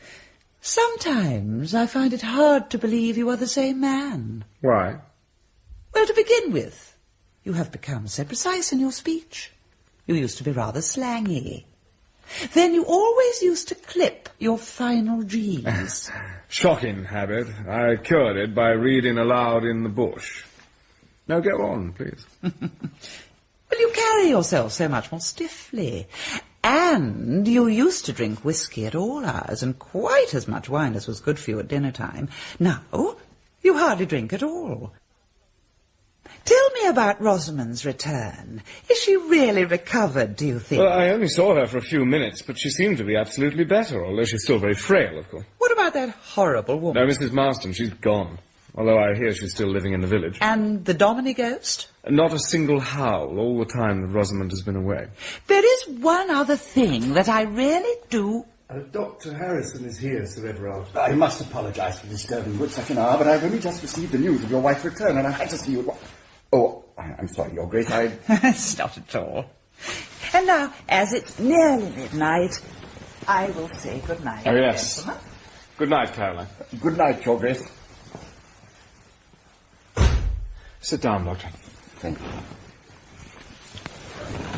Well, I'm glad to tell you my report is good. Except for one hallucination, Lady Domini is now in perfect health, both physically and mentally. I am glad to hear that. And this, hallucination? That you are not her husband. Can a person be perfectly sane and yet be the subject of a hallucination? Oh, Lady Domini is perfectly sane. And as for the hallucination, well, it's up to you to dispel it. But how? Well, if I may speak frankly, To begin with, there are certain obvious changes in you which might well minister to your wife's delusion. During the time that you've been in England, you have revealed an entirely new personality. You are not the same Everard Dominie who scuttled out of England all those years ago. You're excusing my wife. Oh, she needs no excuses. She has been a long, enduring and faithful woman, suffering a cruel illness brought on by your clumsiness and lack of discretion. It has now become her wish to take her proper place in life. But if she seriously doubts that I am her husband, how can she do that? Now, that is the problem you and I have to face. The fact that your wife has been willing to return to you here while still subject to that hallucination is a view of the matter which I can neither discuss nor understand. All her other delusions have gone. She speaks of the ghost of Roger Marston, the cries in the night of his mysterious death, as all part of a painful past. However, she appears to be possessed of a passionate devotion to you, even though she believes you are not her husband. That devotion may lead her to great lengths. Oh, it's a tangled situation, I know, but you've got to deal with it. Keep and encourage your wife's affection if you can, but that affection must never pass certain bounds. You can rely upon me, Doctor. Yes, I believe I can, and am glad of it. But tell me, suppose that this hallucination should pass, and she should suddenly become convinced that I am indeed her husband. Then that moment will be the beginning of a new life for her.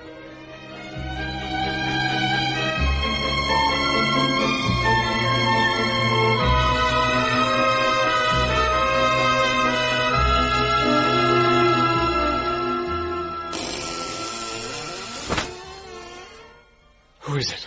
I cannot sleep. Do you mind if I come in for a few minutes? Of course not. Come over here and sit down. You are not afraid of me, then? Not anymore. Because all that foolishness is really gone. I know that whatever happened to poor Roger Marston, it was not you who killed him. Oh, I can't think why I ever wanted to hurt you. I am sure that I have always loved you. Why do you doubt any longer, then, that I am your husband? But I know you are not. You are so like him, yet so unlike him. He is dead. He died in Africa. Isn't it strange that I should know that? But I do.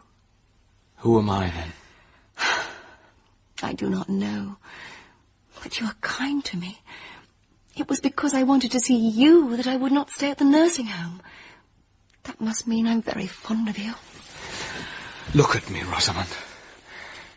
Can you not believe that I am really your husband? No. You are not Everard. But you welcome me home.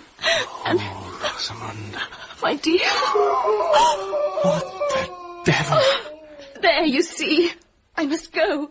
He will not let me stay. My God.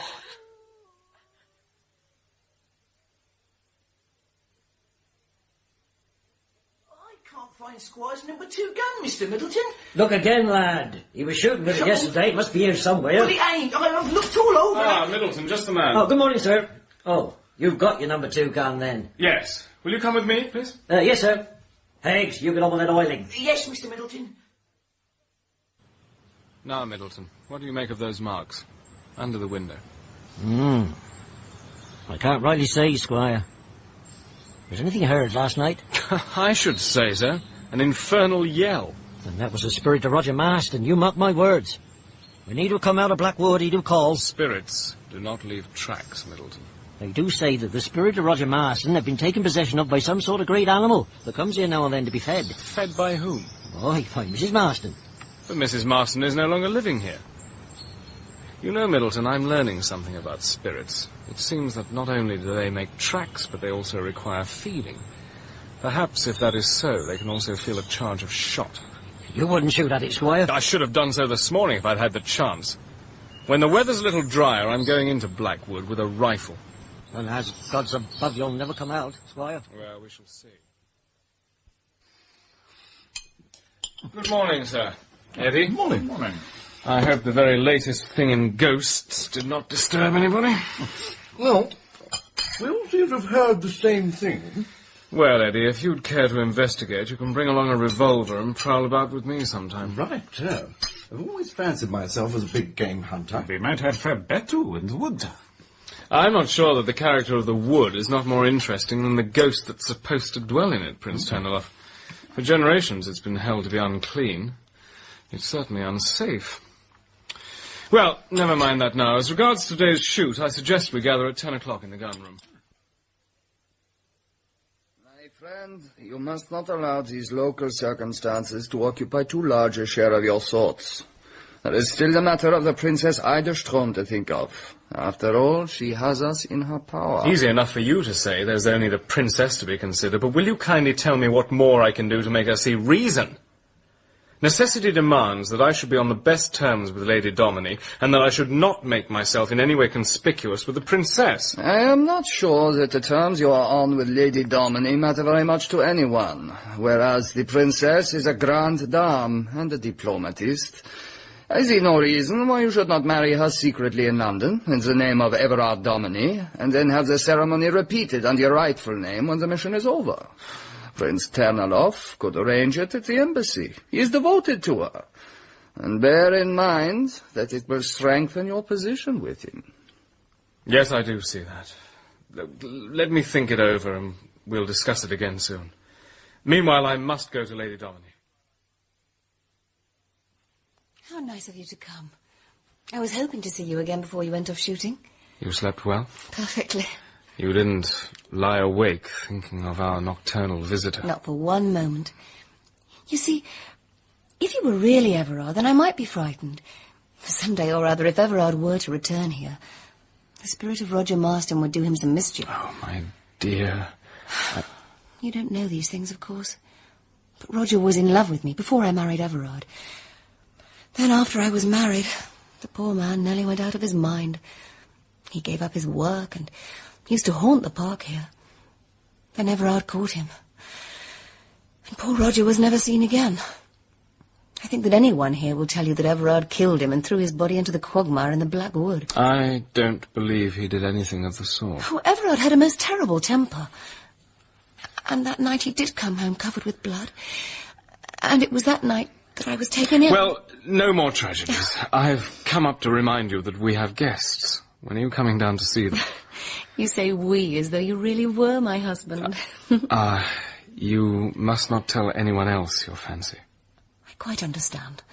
I shall be very, very careful. Let me come down after dinner and slip into things gradually. You can say that I'm still an invalid. Very well. You shall do exactly as you choose.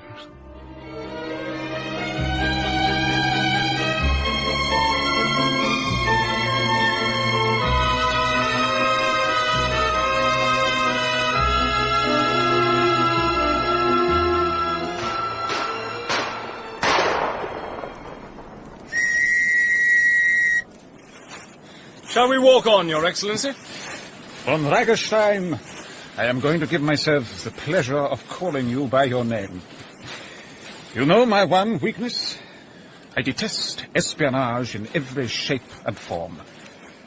Well, so far as you are concerned, I think your position ridiculous.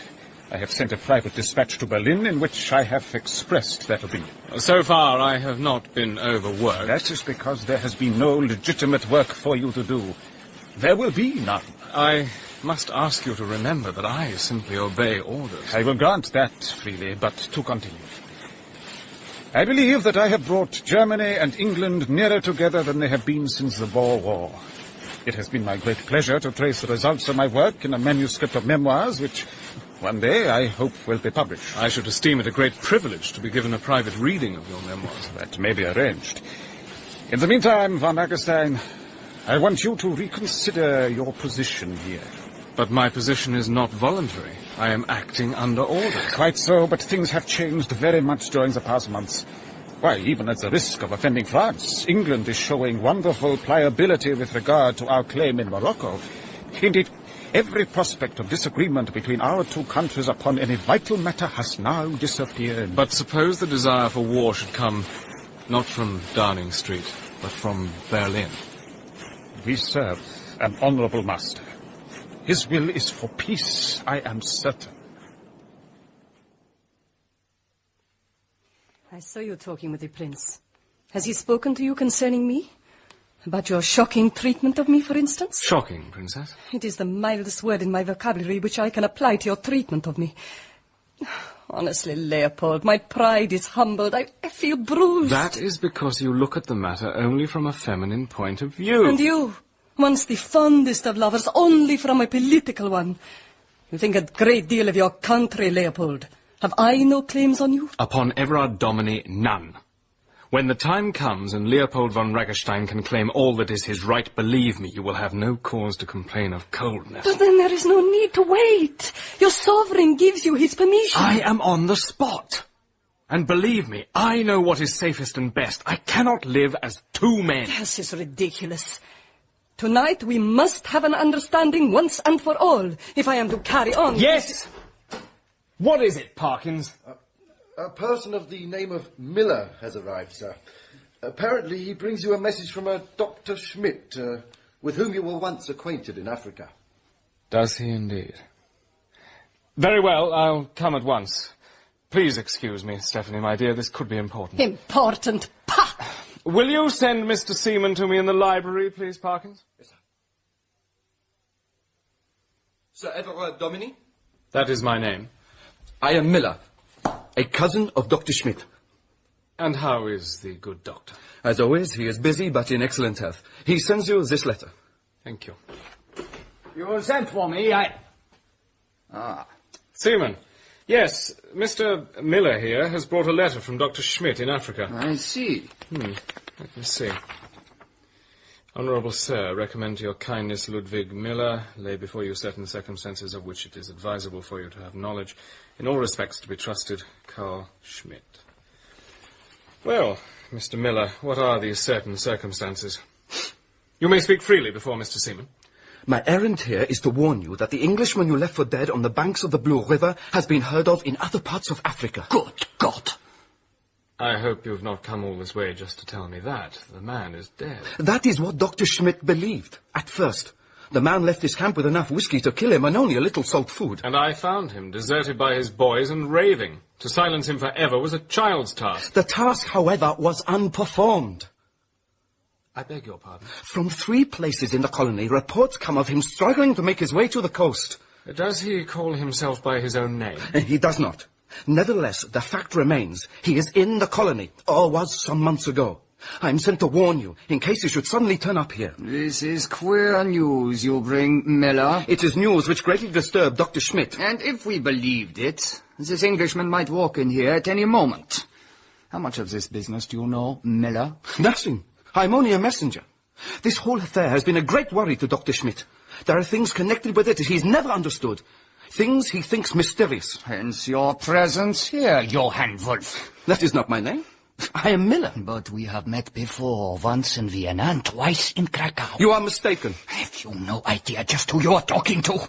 Here, look at this badge. Bureau 12. The day is coming. You mistake me. I know nothing of these things. Do you intend to stay in these parts long? A week, perhaps. I spend my holidays here, perhaps. So, you have nothing to say to me, Wolf? I have executed my mission. I am sorry to have caused displeasure. You must spend the night here, of course, Mr. Miller. Perhaps you could have another talk with Mr. Seaman later? I shall gladly spend the night here, Excellency, but I do not think I have anything to say that would interest your friend. Well, what do you think? I do not know what to think. But there is a great deal that I know. That man is a spy only made use of on special occasions. He is very clever, and his name is Wolf. And this story, this message he brings. You ought to be the best judge of that. I am, without a shadow of a doubt. I threw the body of the man I killed into the Blue River, and I watched it sink. Well, then his story is a fake. And for some reason or another, we have come under the suspicion of our own secret service. It's ridiculous. I will talk to him again later. Yes, do. Meanwhile, I promised Eddie Pelham a game of billiards. Oh, Pelham is an idiot. Why do you bother with him at a time like this? Billiards, my God! Leopold. I go back to London tomorrow a very miserable and unhappy woman. I take with me the letter which should have brought me happiness. The love for which I sacrificed my life has failed me. All I pleaded for was delay. Delay! To think that I should hear Leopold von Reigerstein plead delay. Sometimes I think you are not Leopold. I think you left him somewhere in Africa and came here in his likeness. Believe that for a little while. But what if it were true? There are times when I do not recognize you. There are words Leopold used to use which I have never heard from your lips. Is not West Africa a sorcerer's paradise? Perhaps you are an impostor, and the man I love, and who loves me, is still in Africa, in trouble, perhaps ill.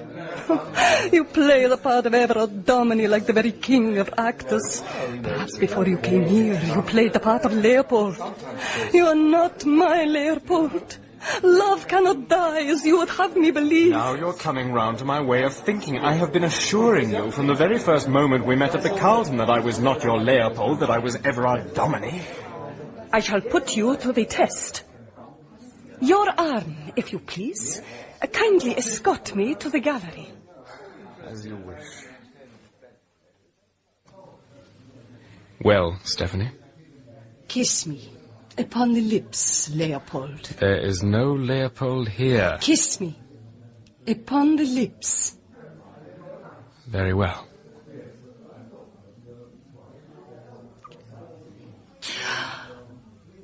Now I know the truth.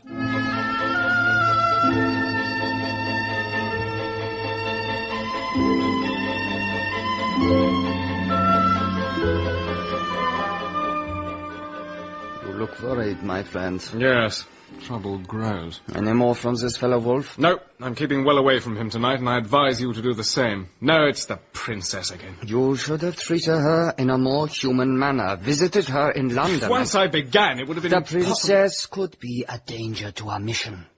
You must not make an enemy of her, whatever you do. But that's just what I've done. She's gone to her room now, and she's leaving in the morning.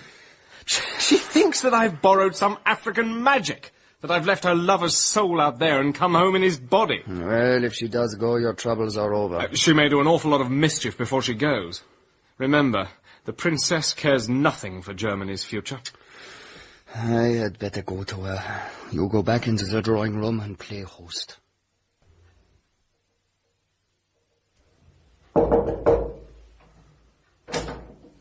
Good evening, sir. Can I help you? Oh, yes. I am looking for the person who arrived this evening. The person from abroad, sir? Yes, I was told this was his room. The person you require has left the hall, sir. Left the hall? Apparently, sir. I believe he considered his reception here unfavourable. He took advantage of the car which went to the station for the evening papers, sir, and caught the last train. I see. I don't think I've seen you before. My name is Reynolds, sir. I'm Mr. Pelham's servant. Well, I am obliged to you for your help, Reynolds. Oh, thank you, sir. Good night, sir. Good night. Wolf gone. This is very odd.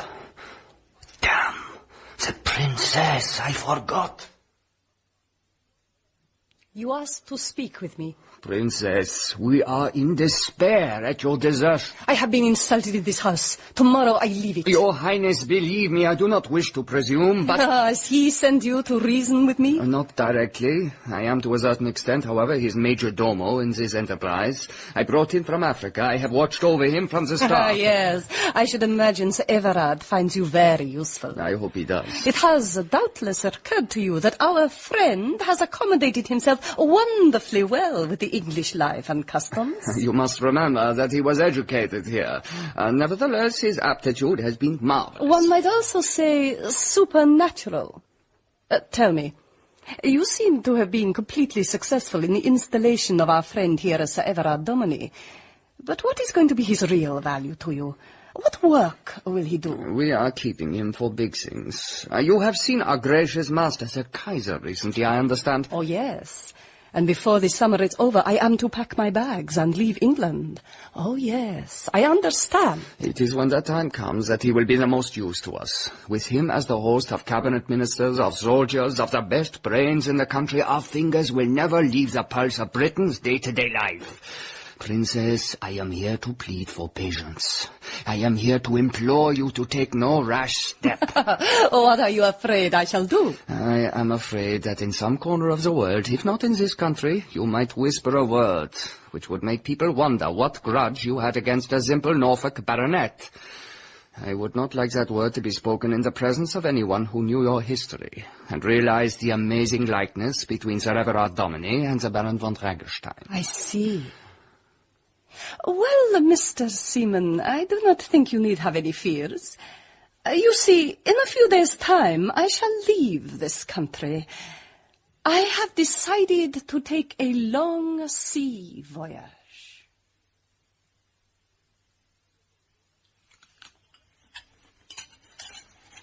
I say, where's the pink and white immaculate this morning? Eddie Pelham. He's gone. Telephone call in the night requiring him in town on urgent business. Perhaps his tailor sent for him. But does Eddie do anything for a living? Mr. Pelham is the director of the Chelsea Motor Works. Good Lord. I shall miss him. He distinctly told me that he was going to wear brown today. He would look nice in brown, don't you think?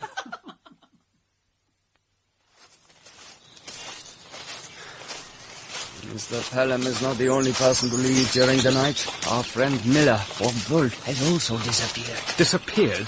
All I can say is that I made up my mind to interview him once more, and I found his door locked, and Mr. Pelham's man, Reynolds, informed me that he had already left on the last train. All right, I'll make some inquiries. Yes, do.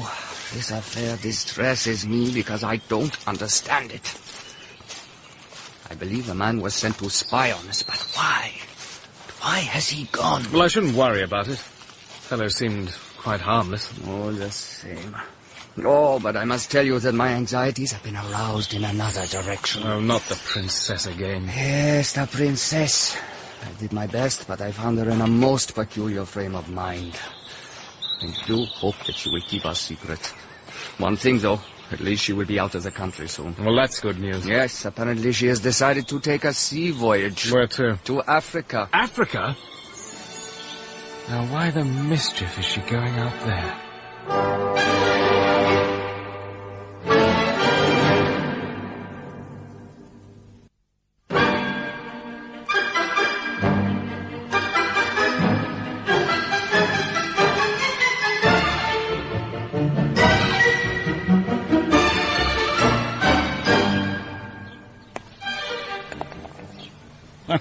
Good shot, Dominie.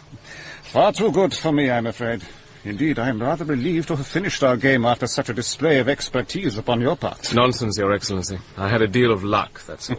Come, let us walk back to the clubhouse and join the ladies for luncheon. Hello, Dominie. Prince Turnaloff. Had a good game? Very good, thanks, Eddie. Oh, does that mean you haven't, sir? I surpassed myself, Mr. Pelham, but of course no ordinary human golfer is of any account against Dominie. He plays far too well for any self-respecting German... for any self-respecting German to play against. How's the motor business, Eddie? So. I'm not quite as keen on it as I was. Oh, pity. I tell you what, why don't you pop down to Dominie next week and tell me all about it? Next week? Yes, I'll be there then. Leave the port, thank you, Parkins. Yes, sir. Will that be all, sir? Yes, thank you. Your chair, my lady. No, thank you, Parkins. I shall remain here tonight. Yes, my lady. Tonight I shall be like your men friends, Everard, when the ladies have left. I was just thinking, how wonderful to dine together like this. Unfortunately, I have a visitor tonight. It's not a social call, just a matter of business, which I fear will take me from you for the rest of the evening. So, let us make the most of it while we can. Yes. Do you know, Everard, I'm so happy with you. And I feel so strong and well. But there are many times when I have a dull pain in my heart because I know that I am not quite cured. But Rosamond, my Don't dear, interrupt me. How can I be cured when all the time there is this problem of you? The problem which I am as far off solving as ever I was. Often, I find myself comparing you with the Everard I married. Do I fail so often to come up to his standard? You never fail. You are so like him, and yet so different. You drink so little. You are always so self-controlled, so serious. The Everard I remember would never have had politicians and ambassadors for his friends. He would have spent all his time racing and hunting or shooting, as the fancy took him. And yet... And yet what? I think he loved me better than you. Why? I cannot tell you why, but I think that he did. I have spoken to Dr. Harrison. He told me that you probably love me more than you dare to show, because someday the real Everard Dominie might come back. That's quite true. He may come back at any moment. But I don't want him back. I want you. Dear Rosamond, alas, that bell summons me to a rather important visitor. Will you please trust me just a little while longer? Trust me and wait. Well, Seaman, you bring news? Indeed, I do. News disturbing, news magnificent, news astounding. We will speak first of what is more than disturbing. The mystery of Johann Wolf's disappearance has been solved. Wolf? The fellow who brought the message from Dr. Schmidt. The very same. What was behind his visit to Dominie, I cannot even now, after 6 months, imagine, but I tell you this. Wolf vanished from your house that night into an English prison. That's incredible. Incredible, but true. But such a thing is against the law. No country can keep a citizen of another country in prison without formulating a definite charge or bringing him up for trial. That is all very well in an ordinary case, but Wolf has been a marked man for years. But what troubles me more than the actual fact of Wolf's disappearance is the mystery of his visit to you and his almost immediate capture at Dominie. They must have tracked him down. Yes, I suppose so. However, you are the great hope now, Dominie. It is to be, then. It is to be. The word has gone out. And the whole of Germany is like a vast military camp. By the end of August, we shall be in Paris. This is news indeed. I have been received with favour in the very loftiest circles. You and I both stand high on the list of those to whom great rewards shall come. His Majesty approves of your reluctance to wed the Princess Heidestrom. Von Regelstein has decided well, he declared. These are not the days for marriage. You will gain by it, believe me. But now, I have a list of instructions for you. Like a mighty piece of machinery, we move towards war. Everything has been calculated to the last nicety. And the final result, is that also calculated? Look here. You, my friends, are one of the first to gaze upon this map. Here you see the dream of the Kaiser. Here you see the framework of the empire that is to be. Everything between these two lines belongs to the new German Empire. Asia is there at our feet.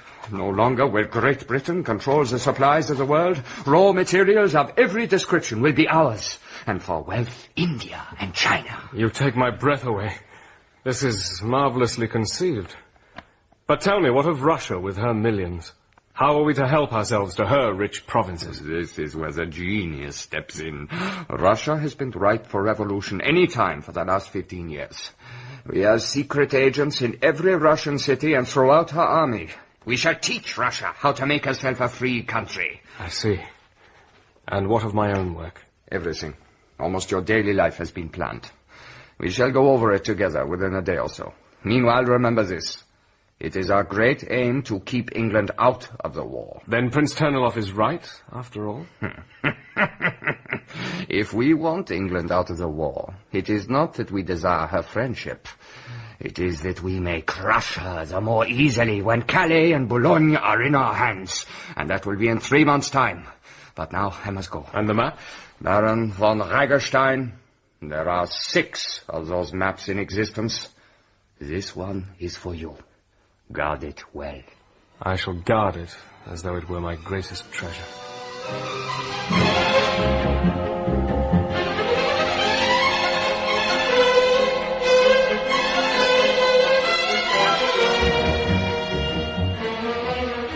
I'm sorry that I could not get here sooner, Excellency. You have heard the news?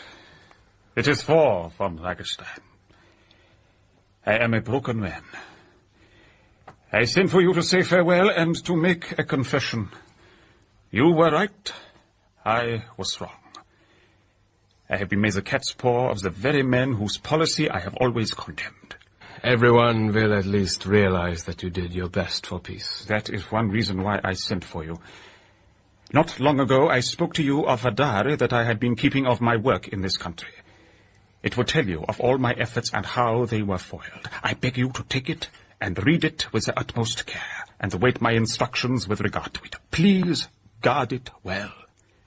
Even this embassy is not free from our own spies, and the existence of these memoirs is known. The moment I reach Germany, their fate is assured.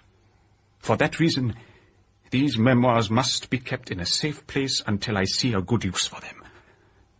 Study them carefully, and perhaps even your own allegiance to the war party may waver for a moment as you read. I serve no party, only my country. Go now. You have a terrible task before you. I am bound to wish you Godspeed. For myself, I shall not raise my head again until I have left England. You will remain in London? No. No, I must return to Dominies. There's something of great importance that must be done.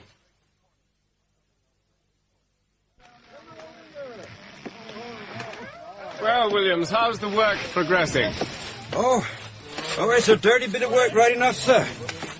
I don't know as I ever came across a bit of woodland as was so utterly, hopelessly rotten. Have you come across anything unusual yet? We haven't come across anything that isn't unusual so far, sir. My men are all wearing extra leggings to keep them from being bitten by adders. As long as my arms, some of them. And there's fungus there, and when you touch it, it sends out a smell strong enough to make a strong man faint. We had to kill a cat yesterday, as big and strong as a leopard. It's a queer job, sir. How long will it take to destroy the Blackwood? Oh, 3 weeks or a month, sir. I'm begging your pardon, sir.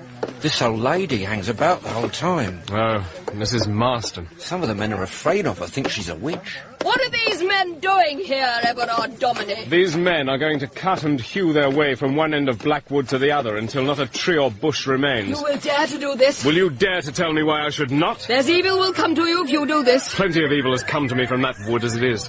You mean then to disturb the spirit of him whose body you threw there? I am no murderer, Mrs. Marston. If your son crept into the wood and died there, then his death is not at my door. You done him wrong! That again is false.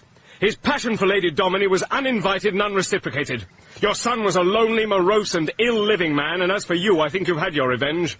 It was you who nursed my wife into insanity. It was you who fed her with a horror of your son's so-called spirit.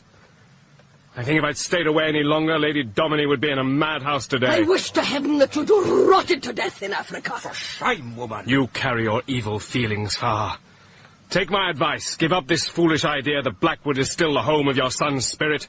Go right away and forget it. I've heard a rumour. There have been words spoken here and there about you. I've had my doubts sometimes. I have them every time you speak. Are you really Everard Domine? Who else? Well, there's one who's never believed it, and that's her ladyship. What if you should be an impostor? Then you have only to prove it, and a portion of the Blackwood may yet remain standing. Take heed. You are asking for evil things. Then be assured that if they come, I shall know how to deal with them. Carry on, please, Mr. Williams. I'd like you to remain here tonight, Doctor. Ah, you're expecting something to happen? Well, I wish at any rate to be fully prepared. Then I'll stay with pleasure, if you can give me a shakedown near Lady Dominie's apartments. Oh, by the way, I was wondering whether... why are you two whispering like conspirators? Because we are conspirators. I've just persuaded Dr. Harrison to stay the night. Oh, well, in that case, I'm sure that we can make him comfortable. Oh, let me be put as near your own apartment as possible. You think, then, that something will happen tonight, Everard? Tonight, or one night very soon. It's as well for you to be prepared. You must not be afraid. You will have the doctor on one side of you, and I shall be on the other. I am afraid of only one thing. I have been so happy lately.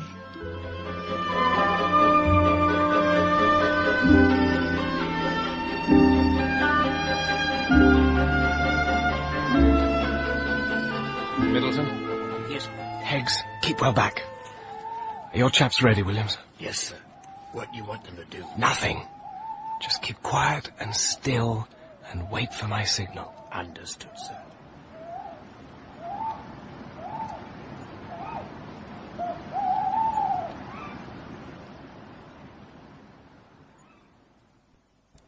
Oh, My legs is... Quiet, Middleton. Look, sir, over there. See? Yes, and coming this way. Oh, my God. Shh. Now stand by, all of you.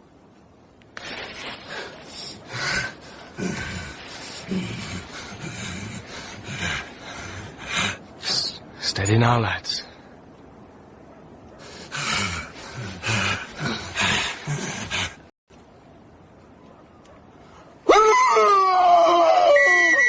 Now, come on!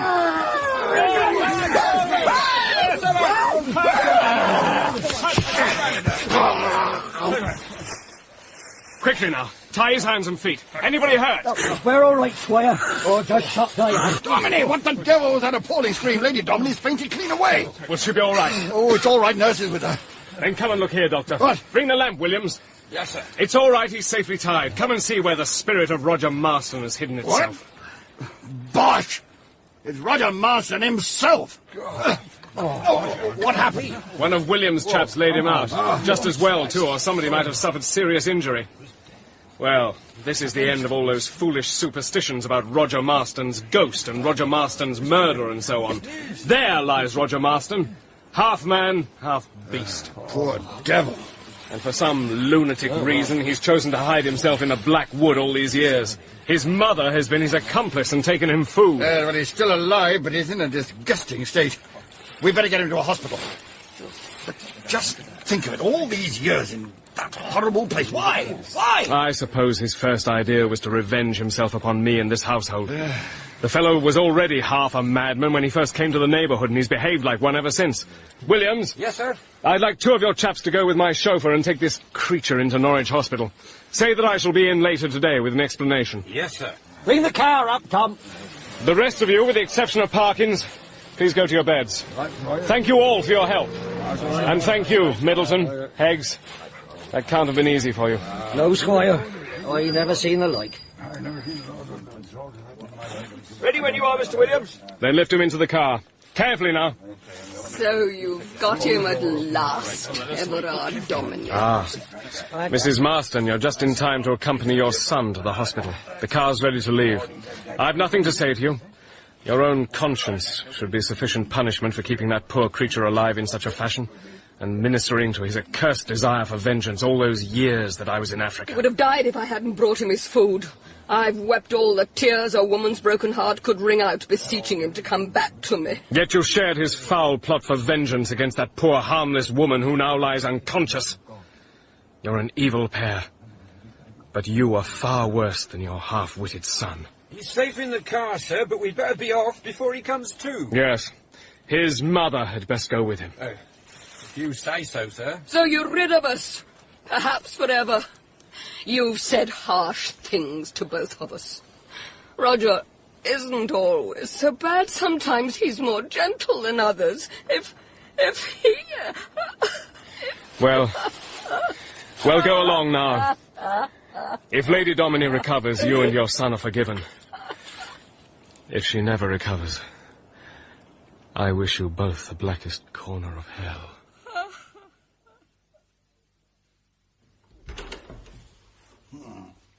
How is she now, Doctor? Well, her ladyship is still unconscious, I'm afraid.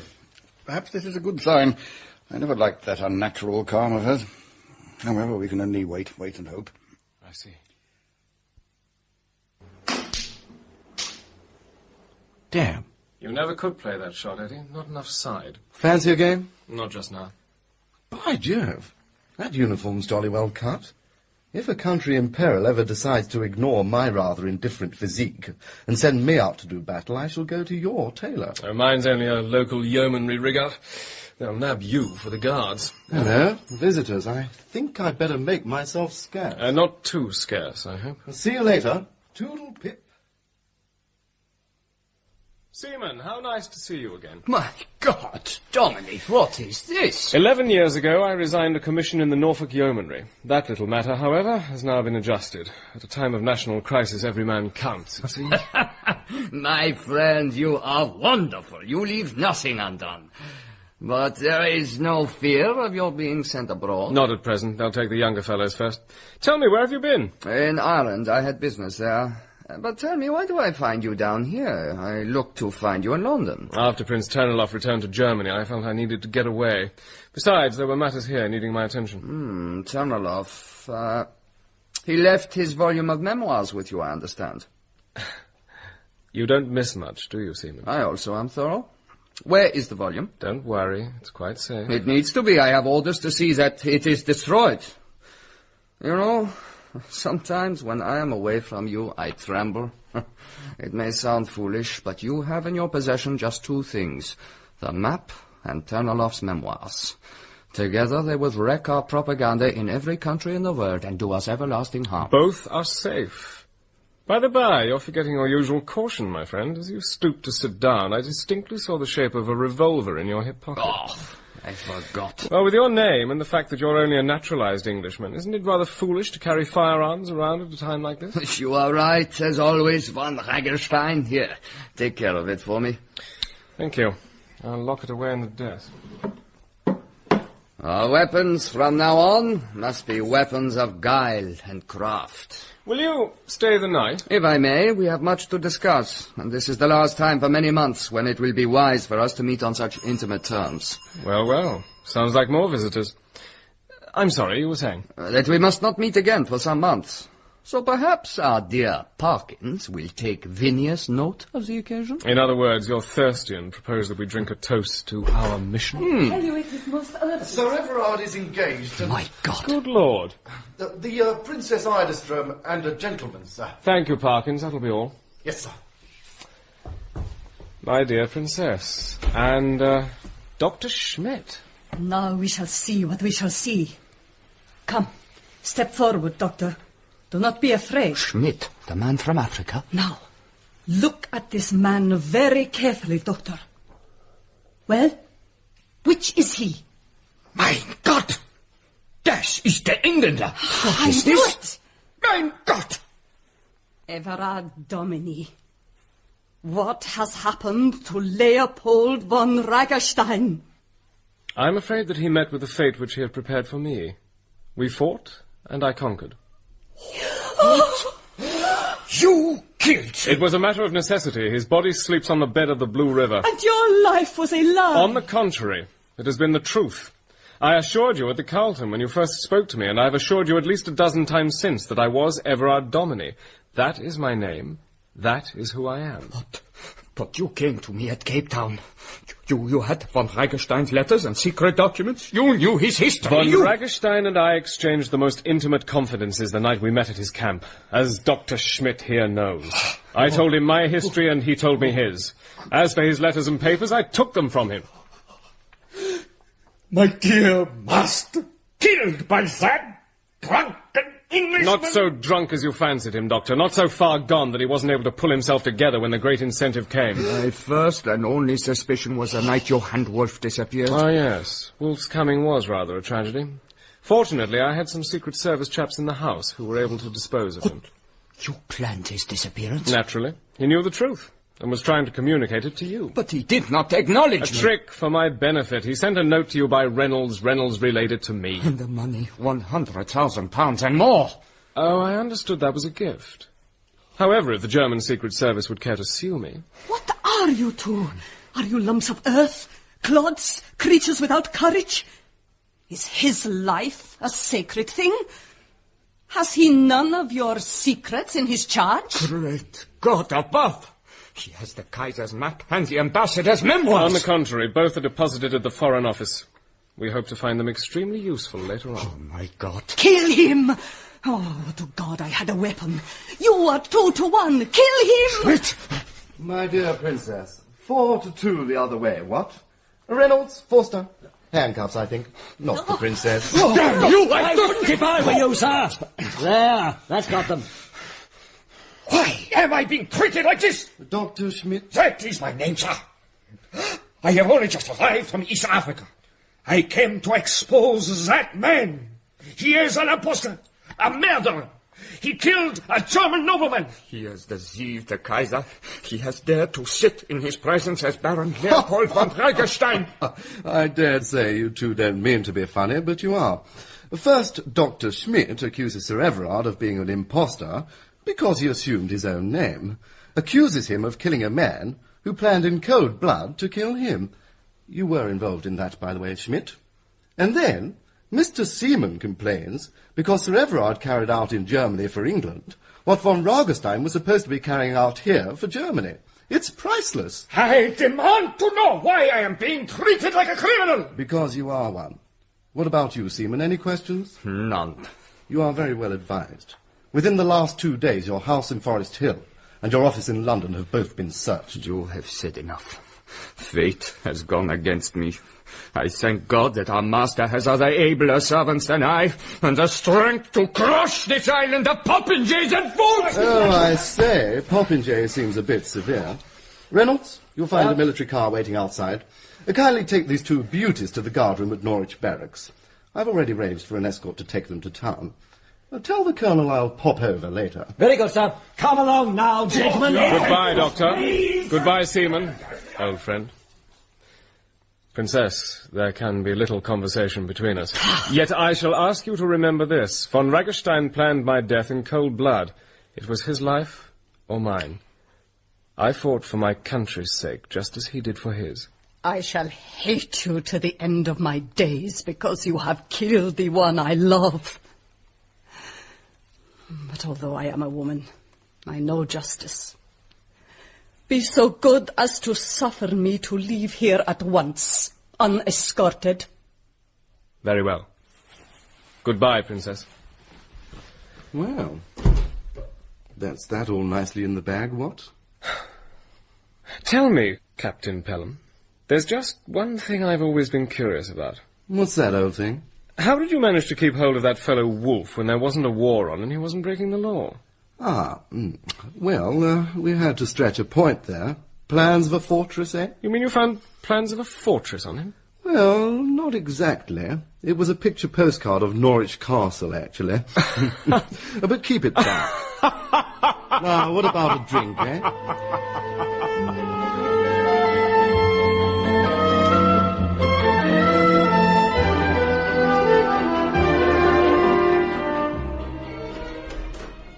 How is she, Doctor?